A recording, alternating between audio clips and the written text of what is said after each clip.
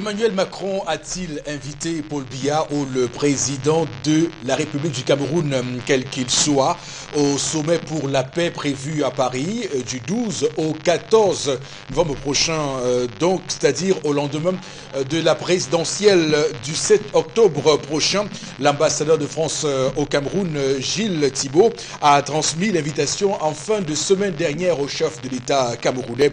La rencontre entre les deux hommes suscite moult commentaires et polémiques, surtout en cette période de pré-campagne électorale pour la présidentielle. Est-ce que Paul Biya sera donc à Paris du 12 au 14 novembre prochain, alors qu'on sait qu'il y a eu l'échéance électorale qui est prévue avant cette période-là et que un autre candidat pourrait être élu à la tête du Cameroun pour le coup. Donc, est-ce là un signe annonciateur d'une élection jouée d'avance, comme certains semblent nous le faire croire? En tout cas, la question, on se la pose ce matin. Madame, Monsieur, bonjour et bienvenue sur Equinox Télévision pour ce nouveau numéro de votre magazine 10-12 Le Zénith de ce lundi 6 août 2018, début de semaine.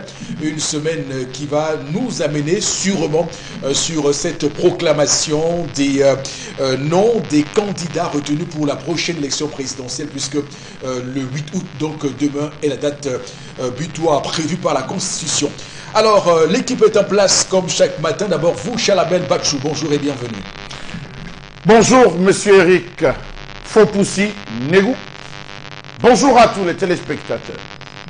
Et bonjour à son Excellence Atangandi, monsieur le ministre des élections. Trop d'enlèvements. Un sous-préfet enlevé, celui de Batibo, Namata Ditin, et un autre encore enlevé, Derek Mwanjo Lokombe, sous-préfet de la Mentum Valley dans le nord-ouest. Quelles sont les mesures sécuritaires? Voilà, le théâtre de la crise anglophone, le chaudron de la crise anglophone qui nous renvoie des informations tristes, très inquiétantes. Est-ce que le gouvernement restera sur sa ligne qui est celle de mettre un frein à cette conférence générale anglophone annoncée par le cardinal Christian Toumi et trois autres religieux camerounais qui annoncent pour le 29 et 30 août prochain cette conférence générale anglophone et qui, comme vous devez sans doute le savoir, suscite une réticence de la part du gouvernement camerounais jusqu'ici. Certains sont même allés jusqu'à dire que l'initiative du cardinal Christian Toumi n'a rien à voir avec ce que le président Paul Biya propose et prévoit en termes de ligne de dialogue. Également sur le plateau ce matin, Florazé, bonjour et bienvenue. Bonjour Eric Fopoussi, merci. Bonjour à vous sur le plateau. Bonjour à nos chers téléspectateurs. Également dans le cadre de la revue des réseaux sociaux, nous parlons de sport avec ces noms qui enflamment les réseaux sociaux. Clarence Sidov, qui est donc nouvel entraîneur de l'équipe Fagnon de football au Cameroun, assisté de Patrick Cliver. On en parle ce matin, déjà depuis ce week-end, Eric Fopoussi. Les réseaux sociaux en parlent, nos internautes commentent et on reviendra justement au cœur de cette actualité dans la revue des réseaux sociaux. Merci d'être avec nous. On est passé d'entraîneur expatrié blanc à entraîneur expatrié noir, en espérant que ça calmera les ardeurs des uns et des autres. En tout cas, la question, on va se la poser ce matin dans le 10-12, le Zénith. Également sur le plateau ce matin, Bengan, bonjour et bienvenue. Bonjour, monsieur Fopoussi Negou. Bonjour à vous, chers téléspectateurs. Moi, je ne me pose pas de questions. Le chef de l'État reste en poste et en fonction jusqu'à la prestation du nouveau président, si un autre est élu, ou même jusqu'à la prestation, sa autre prestation de serment. Il en a encore jusqu'au 2 novembre 2018. Donc il reste chef de l'État. Qu'on l'invite ou pas à Matignon ou n'importe où, à l'Élysée, ou au Quai d'Orsay, ou à la Maison Blanche, c'est lui le chef de l'État. Ce sont des polémiques. Très bien. Madame, Monsieur, merci infiniment à vous de nous retrouver sur Equinox Télévision pour ce numéro. On va démarrer l'émission avec la première articulation et surtout que Tendance Cogne, la voyageuse, nous retrouve pour ce début de semaine. Alors, bonjour et bienvenue. Bonjour Eric, je vais encore dire bonjour à tous ceux qui me regardent du côté de Bonamou, Sadi Carrefour Masson, où il y a eu un spectacle. Spectacle au point où j'ai dit, waouh, les choses arrivent aux gens ici dehors. Pour un problème des écorces, des herbes attachées, il y a une réunion encore qu'on reconvoque. Toujours des réunions qu'on convoque dans les familles. Père-moi, c'est chiant. Attacher les herbes. C'est mauvais. On attache le poing, ça fait le problème. Ça encore recuit. Il y avait le son, quoi. Le piment qui pique. Tu connais le petit piment qui pique, non, Père-moi? Oui. J'ai aussi vu le piment qui pique, le jujube. J'ai vu encore le msoufou. Donc, le remède noir contre le village, on mélange avec le mayanga. Ça a un nom là. Ah, le remède noir, il y a un remède noir comme ça. On mélange avec le mayanga au village. Tout le monde connaît ça. Tu connais le remède. Donc, c'était tout mélangé. Avant encore les herbes, les écorces aussi à côté. Donc, à côté comme ça là. Je ne sais quand même pas comment il va dessiner. Mais je vais quand même. Je ne crois pas comment il va dessiner, mais je vais vous expliquer. Il y a eu un scandale là-bas. C'est depuis avant-hier qu'on m'a appelé pour ce problème. Hein? J'ai dit que filmer. Parce que hier, je n'avais pas le temps. C'est ce matin que j'ai débarqué là-bas à 6 heures. Parce que je ne peux pas parler sans voix. J'ai dit que je ne peux pas parler sans voix. Maintenant, j'ai vu, il faut que je parle. Quand on m'appelle, j'arrive à Bonamou Sadi, Carrefour Masson. Que vois-je? Une maison en étage, en carreau blanc. Mais je n'indique même pas la maison, oui. C'est seulement là-bas. Parce que je vais indiquer la maison, on va connaître. Hein, Eric? Je suis arrivé, j'ai trouvé un monsieur, un responsable. Un responsable était là, avec son épouse et son petit frère. Il me dit, tendance, demande à ma femme ce qu'elle me veut. J'ai aussi dit, qu'est-ce que tu veux à mon grand? À mon grand du quad, à mon grand du quartier. Elle dit que non, est-ce que je lui veux du mal? Ce n'est que ce que tu as vu comme il t'a montré dans les photos. J'ai encore dit non, il faut encore simuler devant moi, voir. Elle a encore ramassé. Je suis entrée dans leur chambre. Elle a encore ramassé tout ça, partie lancée sous le lit. Assimilé, dit que voilà où j'ai mis. Voilà où j'avais mis l'autre. Voici où j'ai mis l'autre. Où est le mal à ça? Il n'y a pas le mal à ça. J'ai dit allez jusqu'au bout parce que je gagne en temps. Vous n'êtes pas seul, il y a les gens qui m'appellent constamment, vous pouvez parler de leurs problèmes. Le problème c'est que quoi? Monsieur est rentré chez lui. Depuis avant-hier, il cherchait ses chaussettes. Il ne sait pas où il a mis. Où ça même fait Kobango, il fuyait la main. Il l'a fuyé partout. J'ai laissé les chaussettes là pour eux. C'est où en dessous. Donc il a saccagé toute la maison bon, parce qu'il cherchait un pied de chaussettes. Il est arrivé donc jusqu'à soulever le matelas secoué. C'est quand il a donc soulevé le matelas qu'il découvre qu'il y avait le piment qui pique là. Sur le lit, on appelle ça sola. Ça a un nom. Le piment qui pique, il y avait le jujube, il y avait un peu l'arbre de paix, il y avait un peu les herbes attachées et certaines écorces dans le papier. Elle demande à son épouse que, mais pourquoi mettre tout ça sous le lit? Elle dit, ben, ce n'est pas pour faire du mal à qui que ce soit. C'est juste pour blinder la maison. 1, je dors mal. De 2, j'ai souvent les couches de nuit. De 3, chou, s'il te plaît, ce n'est pas la peine que tu comptes pour la famille parce que le remède, si c'est pour qu'on se protège avec. Donc c'est pour la protection de l'environnement, quoi. Ses enfants, la maison, monsieur et elle-même. Il a dit jamais que les remèdes ne doivent pas se passer chez lui sans qu'il ne soit au courant. Que donc il se fâche contre madame, que tu te lèves comme ça, tu décides d'aller chercher les remèdes. Où est-ce que tu as appris? Elle que non, c'est le marabout qui lui a donné de mettre ça sous le lit. Et que chaque après un mois, elle rechange. Donc chaque après un mois, elle ramasse encore tout. Elle part de chez le marabout, il redonne encore l'autre.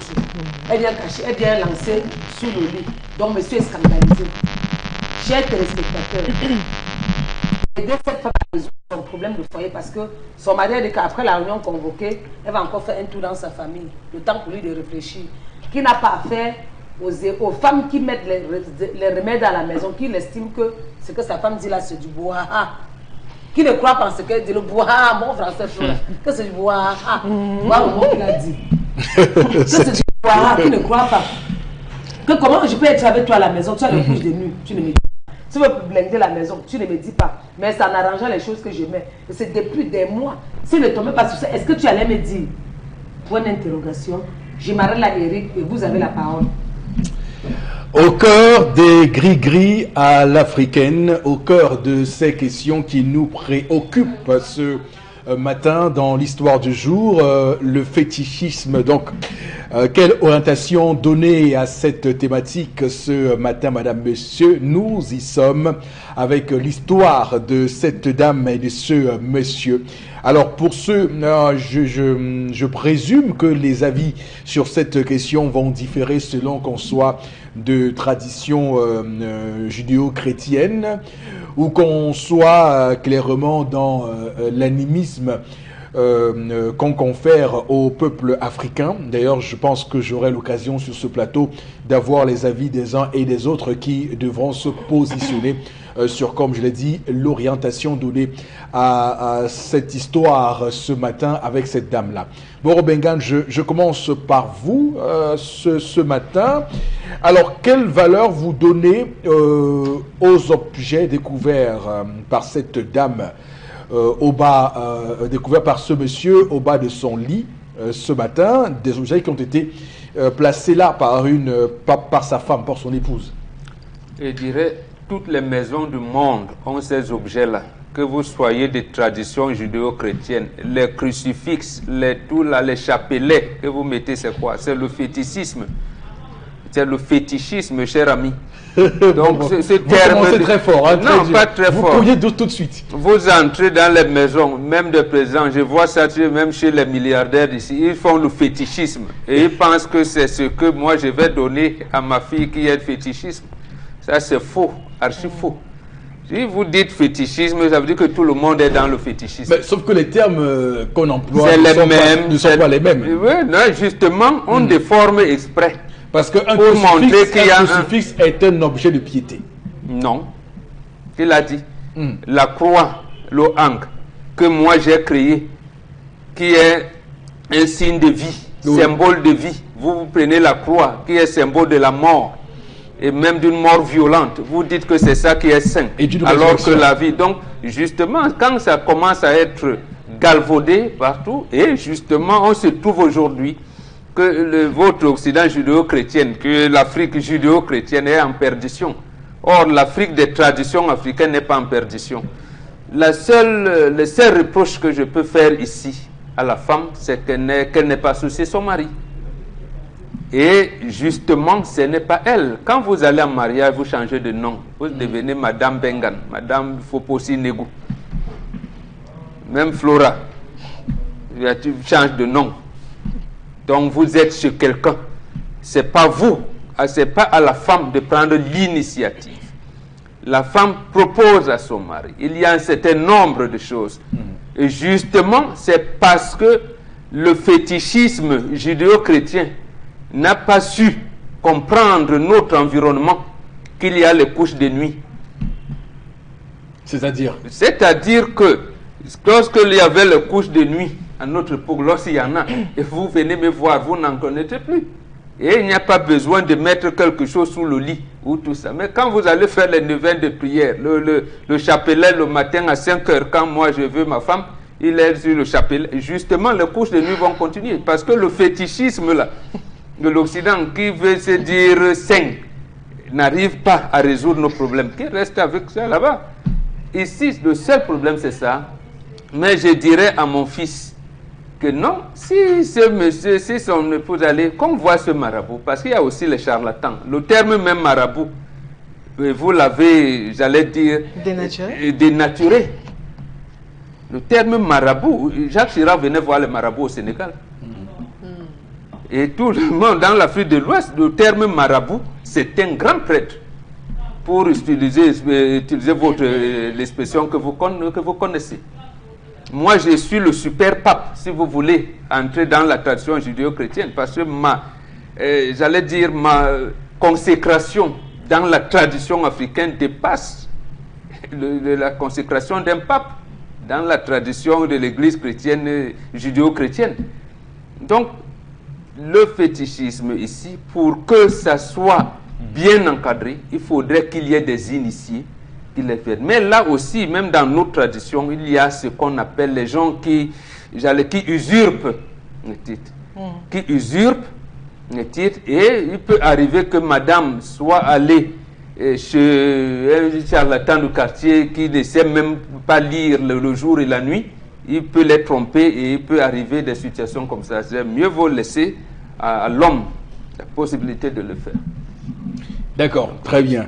Alors, cher Abel Machou, j'ai un tout petit peu envie de vous demander, parce que Worobengan a tout de suite planté le décor de manière très agressive, on va le dire, pour ceux qui ont des croyances judéo-chrétiennes, parce que toujours est-il que le terme fétichisme est communément utilisé, usuté pour ce type de gris-gris, pour ce type d'objet que l'on attache de manière un peu assez artisanale et artificielle pour placer au fond d'un lit ou pour conjurer un sort. Donc, une fois qu'on a écouté ce qu'a dit Worobengan ce matin, j'ai du mal à vous relancer parce que je présage un tout petit peu de ce que vous direz à sa suite, parce que vous semblez être dans cette matrice, dans ce logiciel-là, et bien moulé. Mais ce qui m'intéresse davantage, c'est où il a chuté, en disant que même dans ces gris-gris, même dans ce fétichisme très africain, il y a des gens qui font de l'usurpation de titres, et qu'à ce titre-là, on peut reprocher à cette dame d'avoir consulté ce entre guillemets marabout sans le consentement de son mari. Monsieur Eric Fopoussi, je vous prierai d'abord de retirer l'expression gris-gris, parce que ça n'existe pas dans le vocabulaire bantou. Ça, c'est occidentalisé. Gris-gris, tout ce que vous dites vraiment. Je ne m'y retrouve pas, et je souhaiterais que les Africains commencent à utiliser les appellations qui leur sont propres. Monsieur Eric Fopoussi, les femmes aiment se livrer généralement à des gymnastiques inutiles. Ce qui entre par l'esprit sort par les muscles. Ne l'oubliez pas, monsieur Eric Fopoussi. On est ou on ne devient que ce que l'on a été depuis des années. Cette femme est une abonnée. Elle est une abonnée à une seule maison, la maison d'un rêve. La maison du rêve, la maison de la facilité, monsieur Eric Fopoussi. Voilà une femme qui, au lieu de mettre ses aptitudes physiques, intellectuelles, au service de l'harmonie et du bonheur de son foyer, se retrouve à utiliser des artifices pour pouvoir contenir son foyer. Et si vous allez même plus loin, vous allez vous rendre compte que ce n'est pas seulement pour protéger son foyer, c'est encore aller au-delà, essayer de détenir son homme dans la maison. Monsieur Eric Fopoussi, nous avons trois types d'objets. Nous avons les objets cultuels, utilisés uniquement pour les rites. Nous avons des objets culturels qu'on utilise pour les réjouissances, la détente. Et nous avons des objets usuels qui participent à l'utilisation de tous les jours. Une cuillère est un objet usuel. Nous avons la fourchette, nous avons les plats, les calebasses, nous avons tous ces objets usuels. Monsieur Eric Fopoussi, je le précise pour aller au fond de ma pensée. En chacun d'entre nous, il y a un marabout. Vous êtes un marabout, monsieur Eric Fopoussi. Non, surtout pas moi. Attention, surtout pas moi. Non, mais je dis en vous, non. Vous êtes un marabout. Oui. Je préfère une autre expression. Vous êtes un génie. Tendance, un génie. Oui, j'étais marabout dans mon vie. Bombok, un génie. Florazé, un génie. Monsieur Eric Fopoussi, savez-vous, je vous l'ai dit, je vais développer. Développer. Monsieur Eric Fopoussi, oui, allez-y. L'homme, pour comprendre la nature, a eu besoin d'utiliser 4 éléments fondamentaux. L'eau. Même les chrétiens de Florazé, là où elle va dans son église, utilisent l'eau pour le baptême. Tu nais de nouveau. Il faut te baptiser dans l'eau. C'est un symbole. Non, mais monsieur Eric Fopoussi, j'ai dit l'eau. Non, mais c'est un la symbole. terre, monsieur Eric Fopoussi, oui. Que la terre de vos ancêtres vous soit légère. Je rentre sur les terres de mes pères. Je rentre sur la terre, ma terre maternelle qui a vu naître ma mère. Je m'en vais retéter la mamelle nourricière et enfin la végétation. Oui. Monsieur Eric Fopoussi, il y a tout dans la végétation. Il y a des plantes que lorsque vous avez chez vous, aucun animal négatif comme le serpent ne peut pénétrer chez vous.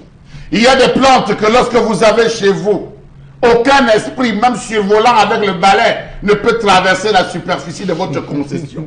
Il y a des plantes que lorsque vous plantez chez vous, votre maison devient un arbre de paix, symbole de paix, vie de paix et d'harmonie. Monsieur Eric Fopoussi, pour ceux qui ne connaissaient pas et qui voulaient apprendre, il se retrouva à utiliser, à élever des animaux comme le singe.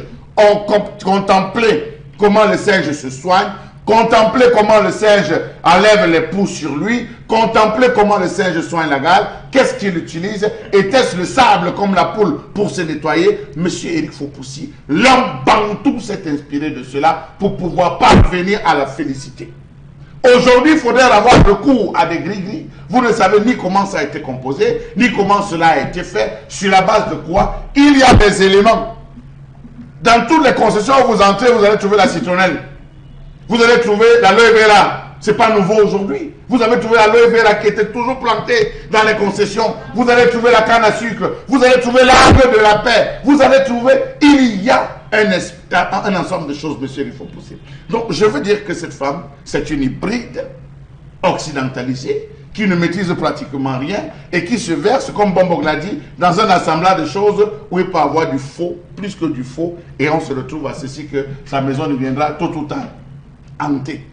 Admettez aussi que dans vos aveux, ce matin, de l'existence au sein même de ce que vous appelez les prêtres africains, il y a des brebis galeuses, des charlatans qui utilisent, qui instrumentalisent donc cette connaissance bantou pour faire du mal. Donc, ayez la même indulgence avec les églises judéo-chrétiennes qui peuvent elles aussi, je réponds, engranger aussi. Oui. Les chrétiens camerounais sont unis. Mais monsieur, il faut aussi, je vais vous dire quelque chose. Oui. La femme n'est à la recherche que des belles paroles. Celui qui a des belles paroles a la femme. Pour un peu que la femme arrive, on dit que vraiment, je regarde ton avenir, oh là là, ton mari sera riche. Tu seras une femme à l'aise, mais il y a trop de femmes qui vont pour tourner autour de son mari. Dès qu'elle sort de l'air, elle va s'agiter. C'est ce que les femmes veulent. Mais l'homme, lorsqu'il arrive, il a l'esprit logique. Vous me dites ça comment? Je sors de tel, j'ai fait. L'homme veut comprendre. Mais la femme, elle se laisse emballer à l'immédiat. Or, celui qui sait, lorsque vous arrivez, vous n'avez pas besoin de parler. Il vous dit, vous êtes venu pour ça, pour résoudre ça, il faut ça. Il y a une autre question. D'accord. Alors, Florazé, quelle est votre pensée sur l'histoire de ce matin? Que pensez-vous? Ah non, je pense que la femme a très mal agi. Très mal agi. Et puis... pour une fois, Florazé, félicitations. Et puis, sur le coup, elle ne peut retransmettre que les valeurs qu'elle a reçues dans son éducation et autres. Maintenant, pour revenir sur les gris-gris, les croyances des uns et des autres. Moi, déjà, ma croyance chrétienne élimine marabout, gris-gris, tout objet de protéines et autres. Je pense que la croyance, on a parlé justement ici de la force de la confession, de la force de la parole. Je crois que ça a une un très grand impact, une très grosse force spirituelle. Donc maintenant, le mauvais œil, ça existe. Il y en a même qui sont affectés sans le savoir. Parce que le bien existe, le mal existe.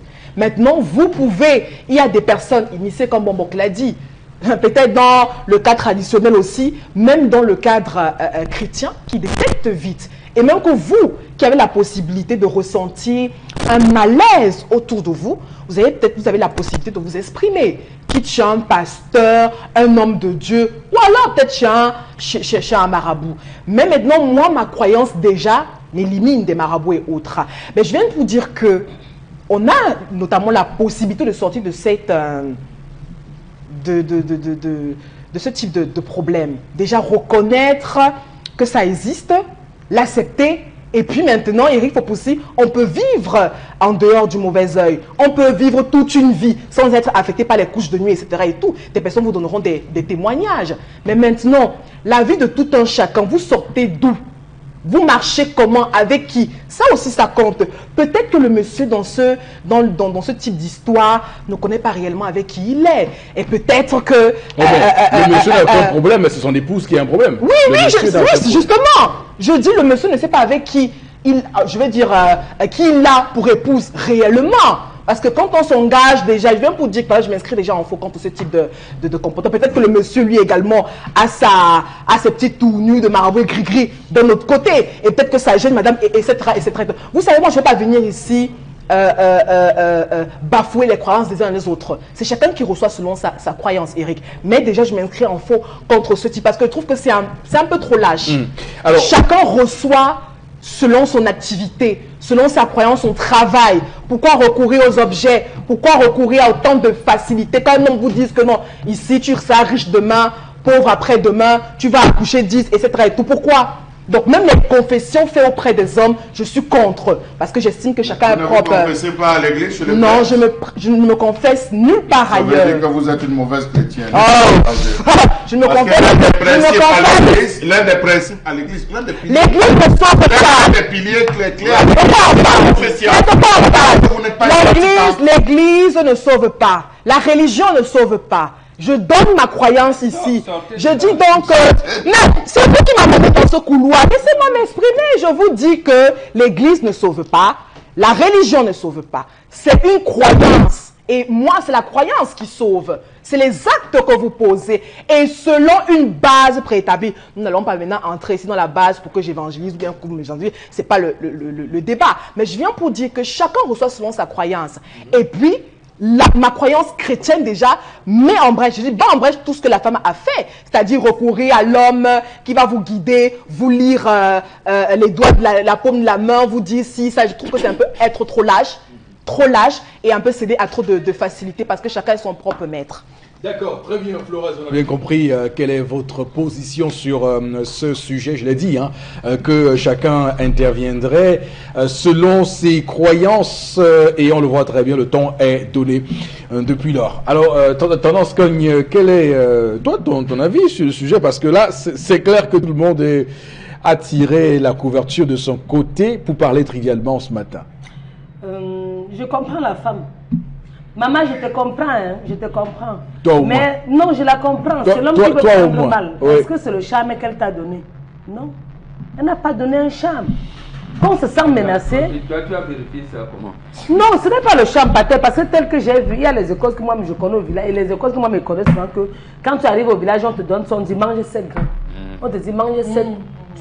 Donc je ne vois pas ça une femme qui allait prendre peut-être le remède pour faire du mal à son mari. Elle en parle à son mari alors? Non, c'est l'erreur là-bas. Et quand une femme commet les erreurs, on doit pardonner.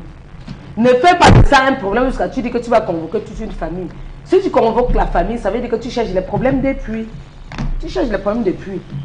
Parfois même la femme part chez le marabout, pas même prendre les trucs comme ça chez le marabout pour que son homme soit fidèle. Pourquoi pas? Oui. Oui, il y a les femmes qui partent pour que monsieur soit fidèle. Parce que tes mères sont fatiguées de bagarre avec les petites. Elles sont fatiguées d'appeler la belle famille. Pourquoi? Non, ne ris pas bien. Parlons peu mais vrai. Une comme moi. Hein? La tradition dans l'initiation africaine, ça n'existe pas. Ça. Une comme moi, si tu me vois un jour. Pour que votre homme soit un moment, si tu me vois un jour, tu m'appelles un jour à 5 heures. Et que je te réponds que papa, je ne suis pas à la maison, si j'ai un marabout, je suis un combat. C'est que pas moi, voir comment il peut faire pour que ton beau soit là à temps. C'est qu'il a commencé à déranger. Hein? Non, la femme parlait, je vais venir te voir, mais avant. Voilà. Mais qu'on ne te donne pas quelque chose là dehors et tout ça, non. La femme même pas comme ça pour que monsieur rentre tôt. Il y a les hommes qui passent seulement le temps dehors. À 18 h quand le travail finit, rentre alors. Après d'avoir pris une, ils ne rentrent pas chez eux. Ils reviennent chez eux à 2 h, 3 h du matin. Les enfants ne peuvent pas leur voir. Non. Donc, maman, je suis de même côté comme toi. Comme tu as dit que c'est pour protéger la maison et c'est bien. Mais quant à toi, mon beau papa, sous, calme ton cœur. Ne convoque aucune réunion. Tu comprends, Eric? J'ai parlé tout à l'heure que la femme parlait prendre le remède comme ça pour que monsieur rentre tôt. Vous croyez qu'il est blague? Pourtant, c'est vrai. Il y a des hommes infidèles. Est-ce que tu as mis l'envie de le remettre dans le charme dans le repas? Non. Elle a juste dit qu'apparemment, elle a les fausses couches. Elle ne dort pas bien. Et tu le sais parce que ça fait quand tu ne dors pas bien. Quand tu ne dors pas bien, tu somnoles. Les yeux, tu as tous les yeux comme une personne, comme une fille, une belle de nuit en bon français. Donc elle a besoin de dormir un bon sommeil paisible. Voilà mon français qui finit. C'est paisible ou c'est pénible? Paisible. Paisible. Elle a besoin de dormir un bon sommeil. Allez jusqu'à dire que convoquer la famille, vraiment, je ne vois pas où madame a tort. Maman, mais la prochaine fois, vous partez, dit que monsieur partons. Maintenant, est-ce qu'en disant que partons, il va bouger? Parce qu'il y a les hommes orgueilleux. Il va te dire qu'il ne part pas. S'il refuse, je pars, je prends et Dieu dépose, ça nous protège. Ça protège tout le monde. Très bien. C'est pour que mes enfants soient bien. Ok, c'est bon, Tendance. Alors, Moi, je voudrais, avant qu'on ne passe à la lecture des messages ce matin des téléspectateurs, dire que il y a une hypocrisie dans ce pays qui consiste à voir des gens qui, tous les dimanches, on les retrouve dans les cultes et autres messes à mettre le genou au sol, prier Jésus-Christ et faire tout ce qu'on peut imaginer comme action chrétienne, qu'on retrouve également chez les charlatans en train de chercher les gris-gris. Alors, sincèrement, il faut qu'on arrête un peu ça, parce que cette femme, je suis certain que on la retrouve tous les dimanches à l'église, en train de chanter à la chorale ou en train de faire oui, forcément. Donc c'est cette hypocrisie qu'on doit cesser dans ce pays. On doit pouvoir croire à ce en quoi on croit. Si vous croyez en Jésus-Christ, le chemin, la vérité et la vie, tenez-vous-en à cette ligne et n'allez pas chercher d'autres renforts ailleurs. Donc voilà. C'était le petit coup de gueule que je voulais faire ce matin. La suite, préciser que la même Bible que Flora Zélie dit, j'aime les hommes froids ou chauds. Les tièdes, je les vomis. Voilà, absolument. Donc il fallait faire cette précision ce matin pour qu'il n'y ait pas ces gens qui sont en entre-deux et qui, comme le plus souvent, vous disent qu'ils mettent leurs œufs dans plusieurs paniers. Alors, Florazé, avec vous, on va lire quelques messages. Alors, la toute première réaction de ce matin, nous faisons un clin d'œil à la population de PK15 où Vicky nous écrit. Elle dit que cette femme dise la vérité. En écoutant cette histoire, on ressent qu'elle le faisait pour conserver son mari. Ça peut être un charme, mais elle devait informer son mari de ses gré-gré. Pour le charme? D'autres fois comme ça, parce qu'elles sont fatiguées avec les petites. Quand tu appelles les petites, te fais t'insulter, tu es obligé d'aller faire ça. Ou d'appeler la belle famille tous les jours comme il est rentré, t'as mieux. D'accord, allez-y, Florazé. Laurent, ce matin, nous écrit, il dit que je suis absolument sûre que s'il ne trouvait pas ça avant, elle n'allait jamais en parler. Cette femme n'a pas le droit de mettre ces choses sous le lit. Je pense qu'elle voudrait... Elle devrait l'avoir en sa possession. Elle veut avoir également contrôlé son mari. C'est Balkis qui réagit.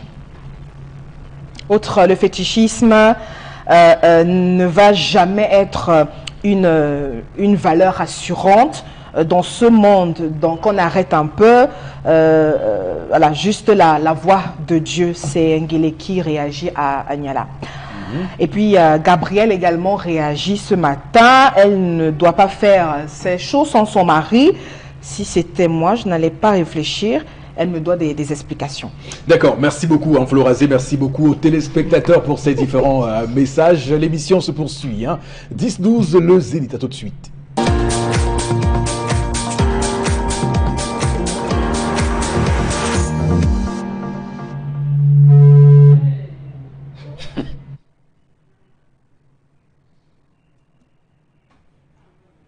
Je m'interroge ce jour sur la question de la candidature unique dans ce pays. Trop de coalitions, trop d'alliances. Qu'est-ce que c'est que cette histoire de candidature unique? Est-ce que cela s'utilise même en politique? Quel est son initiateur? Et pourquoi est-ce que cela n'a pas prospéré dès les premières heures? Peut-on dire avec précision ce jour que l'histoire de candidature unique est capable à elle seule de transformer la majorité sociologique des Camerounais mécontents en majorité électorale?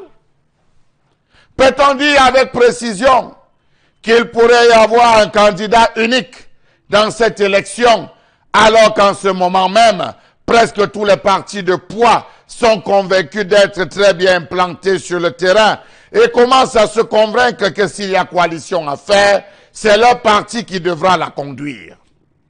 Est-il possible d'envisager une énième coalo-alliance comme celle de 1992, dénommée Alliance pour la réconciliation du Cameroun et la Conférence nationale souveraine, en abrégé ARC-CNS, qui a implosé poussant l'opposition à aller en rang dispersé à l'élection de 1992. Peut-on envisager, sans risque de colère aucune, l'application en 15 points des critères de sélection des candidats uniques du principal regroupement des forces du changement pour la présidentielle d'octobre prochain, proposé par, rappelons-nous, par la coalition nationale pour la réconciliation et la reconstruction en 2004. Peut-on s'essayer à penser qu'une telle proposition passerait? 1. Être Camerounais ayant une grande ambition pour le Cameroun et s'engager sur l'honneur à appliquer rigoureusement la plateforme et le code de conduite. 2. Avoir des aptitudes à communiquer en anglais et en français, disons les deux langues officielles de ce pays. 3. Avoir une aura internationale établie. 4. Être solvable. Autrement dit, il ne doit pas seulement être en règle avec le fixe, comme le prévoit la loi électorale, mais ne pas être endetté. 5. Avoir un amour avéré pour le pays. 6. Être en bonne santé sur le plan physique que mental. 7. Être honnête, intègre et pondéré. 8. Être ouvert au dialogue, à la contradiction et au travail d'équipe. 9. Avoir pleinement réalisé une vie personnelle et professionnelle. 10. Être courageux et combatif. 11. Être d'une personnalité forte et éprouvée. 12. Être populaire à l'intérieur du pays.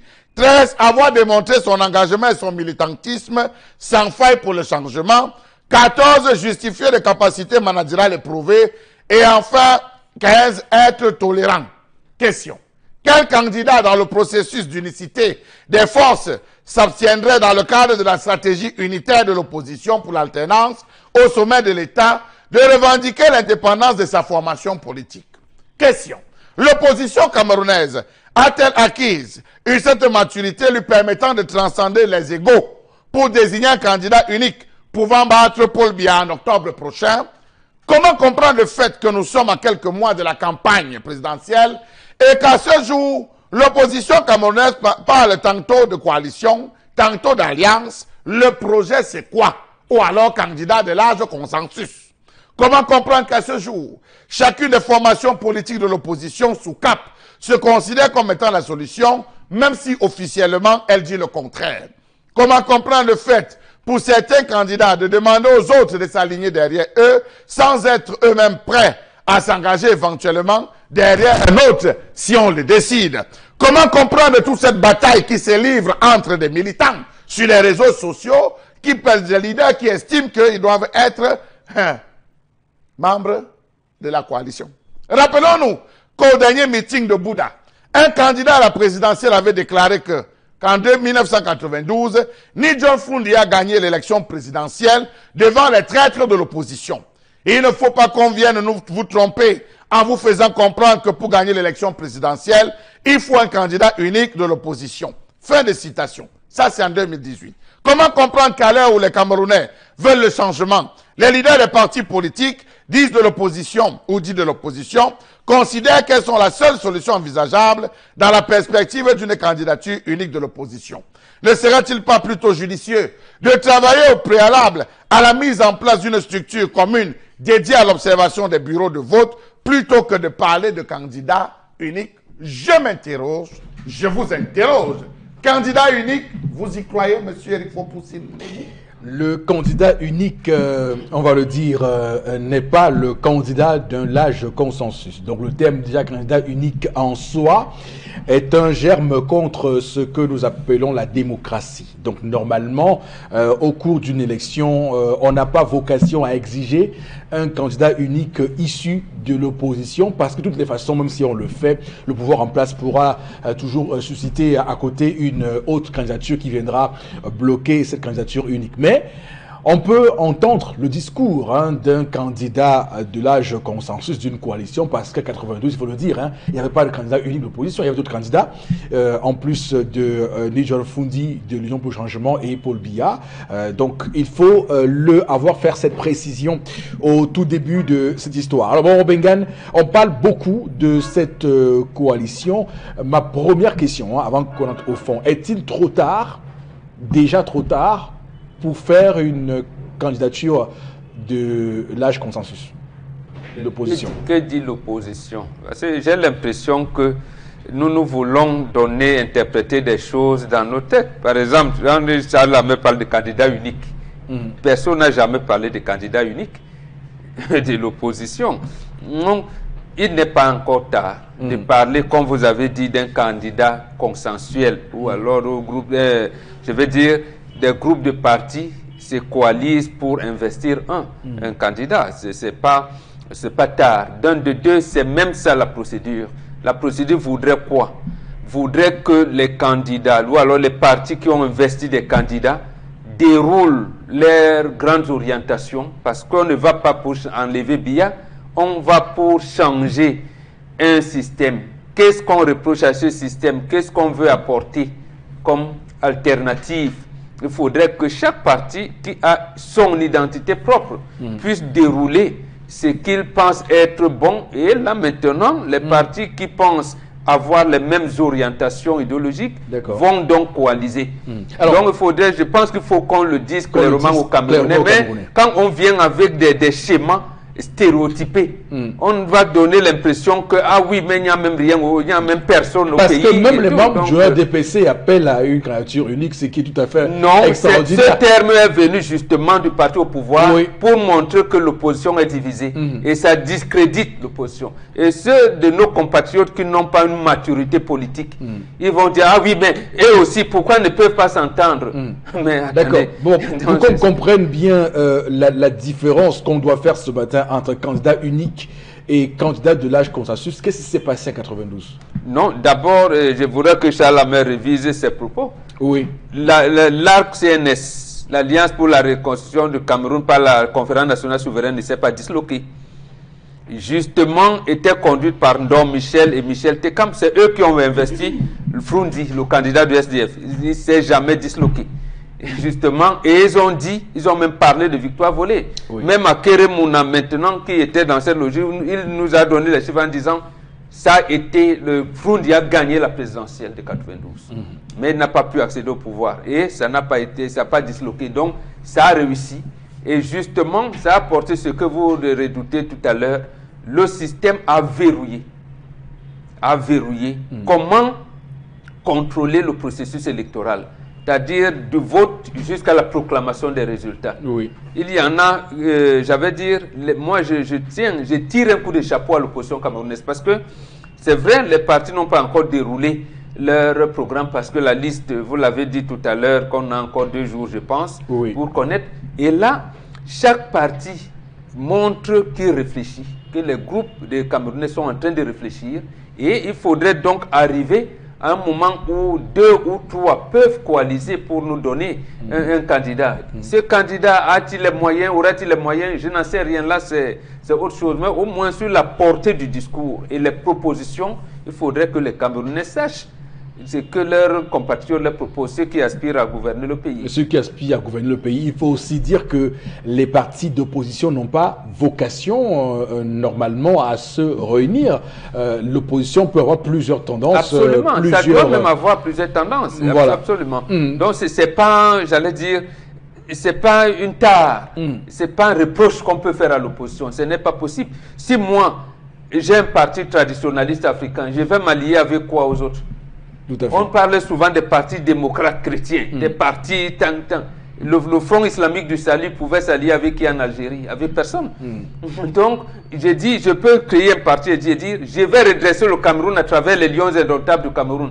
Je n'aurai pas besoin de coalition. Je vais aller à l'élection seul. D'accord. Donc, il y a une autre obstruction à la démocratie qu'on devrait relever ici, parce qu'il y a un bashing de l'opposition qui se construit dans l'opinion publique camerounaise depuis de nombreuses décennies.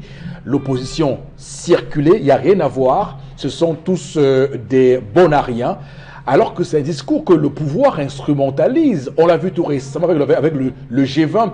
On veut toujours montrer l'opinion que l'opposition en face n'est rien, et c'est une obstruction à la démocratie, ça. Oui, absolument. Et moi, je voudrais donc que l'opposition en retour, je pense que le SDF a commencé à le faire, en montrant où se trouvent les bureaux de vote.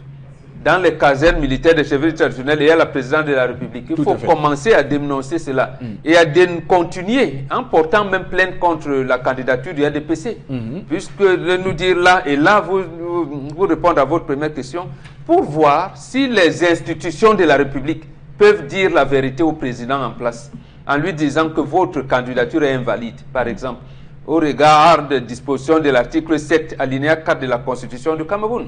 Donc, il faudrait que quelqu'un saisisse une position. C'est ça, on veut enraciner la démocratie, mais on ne peut pas consolider notre démocratie en disant mais il y a les parias, c'est les autres qui sont bons. Non, on ne peut pas. Et c'est justement ça qui se cache derrière le discours qu'on entend ici, que vous voyez, ils n'arrivent pas à se mettre ensemble eux-mêmes. Comment peuvent-ils prétendre battre le c'est comme si la mise ensemble de l'opposition va nous donner les routes et les bons soins de santé dans nos hôpitaux.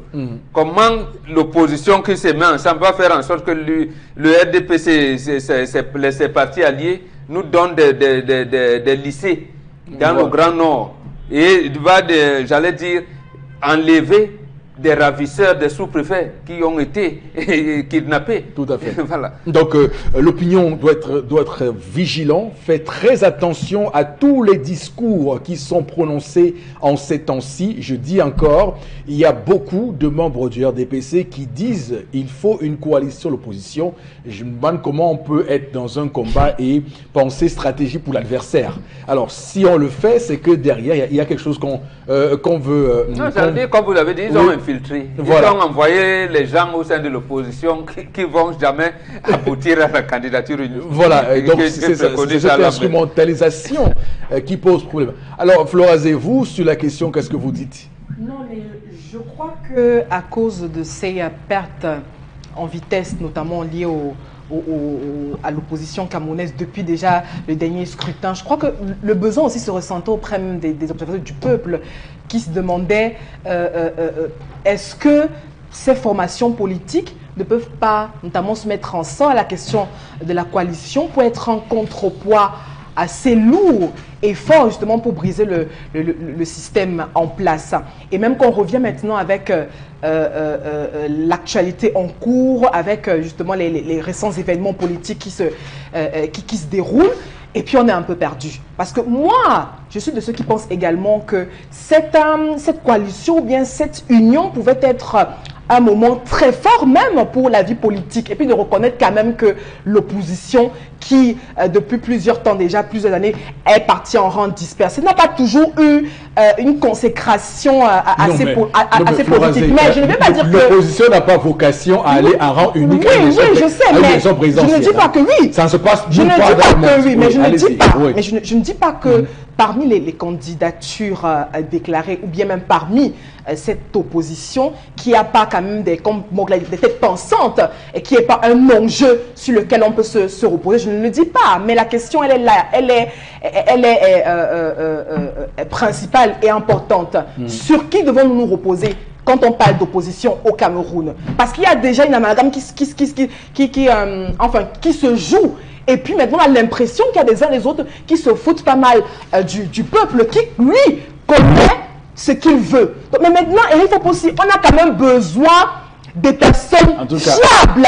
Mais moi, j'ai pensé que, j'ai toujours pensé... C'est l'obstruction démocratique. Non, oui, mais j'ai toujours pensé... Je veux vous dire qu'il y a de nombreuses personnes même dans qui les sont idées, instrumentalisées pour faire croire qu'elles sont de l'opposition, pour qu'on jette justement ce qu'on fait le propre sur l'opposition. Ne jette pas le propre de l'opposition. Il y a ce qu'on appelle en langage d'intelligence, ce qu'on appelle des personnes doubles, hein, des personnes doubles qui jouent un double jeu. Donc attention, qui en journée joue l'opposition et la nuit on sait où ils marchent. Oui, mais non, on ne le fait pas. Mais non, on a quand même également eu des déclarations, c'est pas moi qui le dis, hein.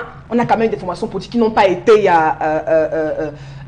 qui ont voulu, qui ont exprimé la question de la coalition. C'est pas moi qui l'invente ici. Et j'ai été d'accord même avec cette façon de penser. Maintenant, c'est même peut-être aussi au niveau des idées au niveau de la construction de certaines idées, parce qu'on veut construire, on veut un Cameroun meilleur, on veut un changement. Mais alors si au sein de l'opposition, vous dites que oui, il y a des personnes qui instrumentalisent, mais ça ne va pas s'éternir. On a besoin également des personnes folles sur le plan politique. J'entends très bien ce que vous dites. Alors, et il y a ça, Charles Hamel, cette idée de candidat unique. Il y a aussi la question des programmes. Vous entendez dans tous les discours des Camerounais disent que ces opposants n'ont pas de programme. Je ne sais pas où on a commencé à construire ce gros mensonge camerounais de dire que les partis politiques n'ont pas de programme. Personne n'allait sur le site d'un parti politique pour au moins voir ce que ce parti politique prévoit. Personne n'allait voir, n'allait checker, rien que taper le nom du parti politique sur Google, googliser pour voir un tout petit peu ce qui est prévu. Mais on s'assoit sur son fauteuil et on dit ils n'ont pas de programme. Non, il faut qu'on cesse un peu ces mensonges-là et ces mensonges qui sont bien instrumentalisés par le parti au pouvoir. Monsieur Fopossi, il faut dire que les Camerounais sont désormais arrivés au programme de débat. C'est au niveau des programmes de débat où les chaînes de télé se battent à recevoir à longueur de journée des leaders politiques. Où les Camerounais voudraient bien voir les voir dérouler le programme. Ce n'est pas sur un site de télévision, un site d'internet qu'on va aller découvrir.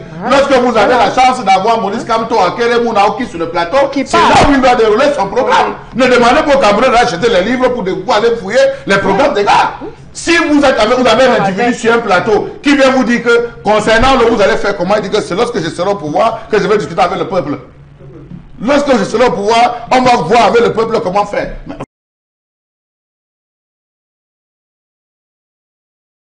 Progressiste, si elle essayait de se rallier aux autres, pouvait faire quelque chose d'assez quand même consistant.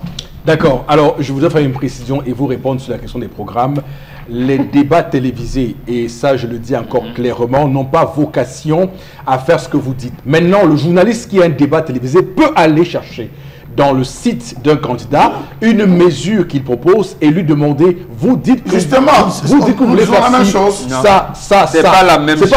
Je reviens donc, les Camerounais ont regardé quel débat télévisé pour savoir ce que voulait Oumniobé. Oui. Il n'en avait aucun. Ça, c'est une autre époque. C'est pas une autre. Voilà. Ça veut donc dire que moi, quand même, il y a des Camerounais qui vont chercher. Ça veut dire donc que je reproche aux Camerounais de ne pas aller au net, de ne pas lire. Gargaman a sorti un livre depuis 1993, les Ndamjoya ont sorti des livres, Kamto en a sorti, le SDF en a sorti, Moukoko prise au paix à son âme, il en a sorti. Vous sortez celui-là, justement, c'est un livre à polémique. Je voulais l'avoir, j'ai discuté avec lui. Absolument. Et justement, les orientations que vous en avez données ne cadrent pas avec l'environnement ici maintenant. En tout cas, on aura parce que le président Biya, lui, il a eu l'élection de 92 avec moins de 40%. On aura l'occasion de revenir là-dessus tout à l'heure parce que c'est un vrai débat et je pense qu'on instrumentalise un peu l'opposition avec ça. L'opposition, les journalistes doivent travailler sur les programmes des candidats et leur poser des questions relativement à ces programmes-là. Pas leur demander que proposez-vous. C'est quelle question ça? Attention un peu, on est dans quel pays? Retour sur le plateau du 10-12, le Zénith, madame, monsieur, Equinox Télévision, la télévision qui, au-delà de l'image, vous rend compte. Celle également qui vous dit la vérité. Pour démarrer cette deuxième partie de l'émission, qui va déboucher dans un court instant sur la revue des réseaux sociaux. Prenons d'abord quelques réactions de nos chers téléspectateurs. Florazé. Alors, la toute première réaction, c'est la toute première fois qu'il existe une coalition de partis d'opposition pour la proposition d'un candidat unique au présidentiel et c'est une belle initiative. Il dit bravo à Elim Bilobé et puis depuis 1997 plusieurs partis d'opposition donc le font au profit du parti au pouvoir, le RDPC et puis le président actuel et continu ne compte pas uniquement sur son parti pour gagner ces élections. C'est Dieudonné qui réagit ce matin. On n'est pas, qui regrette mon frère, vous ne connaissez pas l'idée de candidat uni de l'opposition date d'août 1991. C'est ça qui a été matérialisé par l'ARC CNS qui a investi John Frundianka aux élections de 92, qu'il a gagné et on a refusé d'investir, de déclarer vainqueur. Voilà. Absolument. Et il faut également dire que la candidature unique est un terme qui est une obstruction à la démocratie. Il peut y avoir une coalition sur un nombre précis de choses sur lesquelles on s'entend pour gouverner, ça c'est clair. On ne fait pas des coalitions parce qu'on veut faire des coalitions. Et l'option d'ailleurs qui est prise à l'heure actuelle est une bonne option parce que juste après la publication des noms des candidats officiels et reçus pour ce présidentiel, chacun aura le loisir maintenant de dire je m'allie à un tel ou à un tel parce que étant déjà candidat et qu'il n'y a plus la possibilité pour le pouvoir de phagocyter cette candidature-là. Donc il y a toutes ces stratégies qu'on doit pouvoir mettre en place dans un pays comme le nôtre et c'est en cela qu'on refuse ce matin en notre qualité d'émission qui dit la vérité, de faire obstruction à la démocratie. Parce que des termes comme ça, comme ceux qui disent qu'il n'y a pas de programme des opposants, c'est une obstruction grave à la démocratie et il suffit juste d'aller lire les programmes de ces candidats et de leur poser des questions là-dessus ou de leur relancer sur 2-3 thèmes que vous ne comprenez pas pour qu'il y ait une démocratie vitale. Que de leur dire que proposez-vous sur tel point. Ça ne se fait nulle part ailleurs dans le monde. Bon, je vous le dis, je ne sais pas si je dois donc lire ce message. Je vais peut-être le censurer. Pourquoi? Qu'est-ce qu'il dit le message? Bon, c'est un citoyen qui dit qu'on ne devrait pas demander aux Camerounais d'aller sur Google, que l'opposition, c'est pas sur Google que l'opposition fera changer le pays. Donc arrêtez de nous demander aussi d'aller voir leurs programmes sur Internet et autres. Mais ou alors vous les achetez dans les librairies, vous approchez de leurs équipes. C'est comme ça que ça se fait dans le monde entier, cher ami. Mais si, c'est-à-dire que Garga sort un livre, tel sort un livre, vous l'achetez, vous ne pouvez pas l'acheter. Nous sommes au Cameroun. Nous sommes au Cameroun, Bombok. Mais Oumniobe faisait comment? Nous sommes au Cameroun. Ah mais attendez, eux qui n'avaient même pas de route, ils n'avaient pas de Google, de téléphone, mais ils ont pu, précisément parce que nous qui étions à cette époque-là, les indigènes, vous voulez dire que vous qui êtes les évolués, vous ne pouvez pas Vous êtes moins citoyen que... Non, il faut dire que... Bon, c'est ça le thème de citoyen. Quand on est citoyen, on l'assume. Être citoyen, ce n'est pas être passif. Ce n'est pas attendre que les gens viennent vers vous pour vous dire ce qu'ils vont faire pour vous. Le citoyen va regarder les offres qui sont prévues pour lui et choisir la meilleure offre. Mais Florazé, vous êtes quand même une femme qui va sur le marché. Vous ne pouvez pas rester chez vous. Vous dites que vous voulez acheter du pain. Je prends l'exemple comme ça. Ben là, vous restez chez vous à attendre que le pain vienne vous trouver. Vous allez voir quels sont les meilleurs pains sur le marché et vous choisissez le pain qu'il faut pour vous. Mais dans un pays, il faut qu'on dise ce qu'est la citoyen. Être citoyen est un terme. Dans la cité. Combien de Camerounais parviennent d'abord à manger même le pain? Ne serait-ce que le simple pain. Oui, mais nous avons des Camerounais qui vivent avec moins d'$1. Ils ont besoin des routes. Je suis d'accord avec vous, mais ne posez donc pas la question de cette aussi manière. le contexte dans lequel les gens vivent. Justement, ça c'est la logique, je suis d'accord. C'est la logique, ce que vous dites c'est la logique, je suis d'accord avec votre point de vue. Mais prenez le contexte aussi. Le contexte aujourd'hui existe qu'on a dans les églises. Qu'est-ce qui amène le Cameroun dans les églises? Ils veulent changer leur vie? Et ce n'est pas les gens du ciel qui vont constituer l'Assemblée nationale au Cameroun. Voilà une question. Il faut bien qu'on envoie les gens dans les mairies comme conseillers municipaux. Mais attendez. Prenons la réalité. La réalité voudrait que je ne peux pas envoyer mes enfants à l'école. Pourquoi cela? Pourquoi on a licencié mon cousin qui me payait, qui m'aidait de payer la scolarité? On analyse. Maintenant, Bombo qui dit qu'il veut changer Biala, il pense quoi de l'école? Il pense quoi de l'économie? C'est comme ça qu'un citoyen réfléchit. Et là, il va me dire, bon, non, là, je pense que Biya est encore mieux. C'est comme ça que ça se fait. Ce n'est pas sur un plateau télé du dimanche qu'on va chercher les programmes des candidats. C'est le citoyen qui doit veiller. Je suis désolé. Je n'ai pas parlé des plateaux de dimanche. Hein. Non, je dis juste que... Que ce qui est certain, c'est que les journalistes, et là je l'appelle à des confrères, lorsqu'on doit poser des questions à des hommes politiques, on doit au moins avoir des connaissances sur ce que ces politiques-là prévoient, ce qu'ils ont écrit, ce qu'ils ont dit, et on pose les questions sur la base de ce qu'ils ont dit et ce qu'ils ont écrit. On demande à un homme politique, qu'est-ce qu'il prévoit pour l'eau? Vraiment, c'est une question très ouverte. Qu'est-ce qu'il va vous dire? Tendance. Tu veux me poser quelle question? Non, sur la question de la candidature de l'âge consensus, Charles Lamel estime qu'il faut ça pour battre le président Paul Biya. Non, je n'ai pas estimé qu'il faut ça. Je me suis posé des questions. C'est des questions, je me suis interrogé. Je n'ai jamais affirmé sur ce plateau, monsieur il faut pousser. J'ai jamais. Quand on dit candidat unique, ça veut dire que c'est quelqu'un qu'on ne vote pas ou qu'on n'a pas voté. Parce que quand même, en politique, ça veut dire que les gens se regroupent et donnent un seul candidat qui va concurrencer ton père. Donc, candidat unique. Donc, on se rassemble, on cherche une personne qui va dire qu'il va pousser mon père. Oui, oui. Donc, c'est de ça que tu voulais me poser. Oui. Selon toi, tu crois qu'il devait répondre comment? Non, mais tu vas simplement dire que l'opposition n'a pas vocation à faire une candidature unique. Et que dans aucun pays au monde, il y a des partis politiques. Et c'est tellement illusoire. Imaginons un seul instant que dans un pays développé comme la France, où on a l'extrême droite, par exemple Marine Le Pen, elle est de l'opposition, non, Marine Le Pen en France, ou pas? C'est vrai. Si. Vous avez un Mélenchon qui est lui à l'extrême gauche. Est-ce qu'ils vont se mettre ensemble pour combattre Macron, par exemple? Ils n'ont rien en commun. Bien qu'étant dans l'opposition, attention. Donc, il ne faut pas qu'on fasse l'amalgame en politique. Et ces discours-là, c'est des obstructions démocratiques qu'on construit dans ce pays pour nous faire croire que si les gens qui sont d'abord pas faits pour être ensemble ne sont pas ensemble, c'est que nous on va gagner. Et donc, on explique aux gens. Qui a d'abord dit que vous allez gagner? Ce sont ces gens-là qui veulent ça, qui disent qu'on va gagner, justement. Ah, donc ils vont gagner quoi? Oui. Ils vont gagner mon père. Non, ce sont les gens de ton père qui disent que... Ah oui, mon père c'est toujours en avant. D'accord. L'esprit, le Cameroun vit. C'est comme ça. Alors Florazé, allez-y avec les messages, je vous en prie. Voilà, le thème comme ça. On ne cessera jamais de vous dire que la candidature unique est impossible, même si toute la véritable opposition s'unissait, le parti au pouvoir trouverait toujours des pions.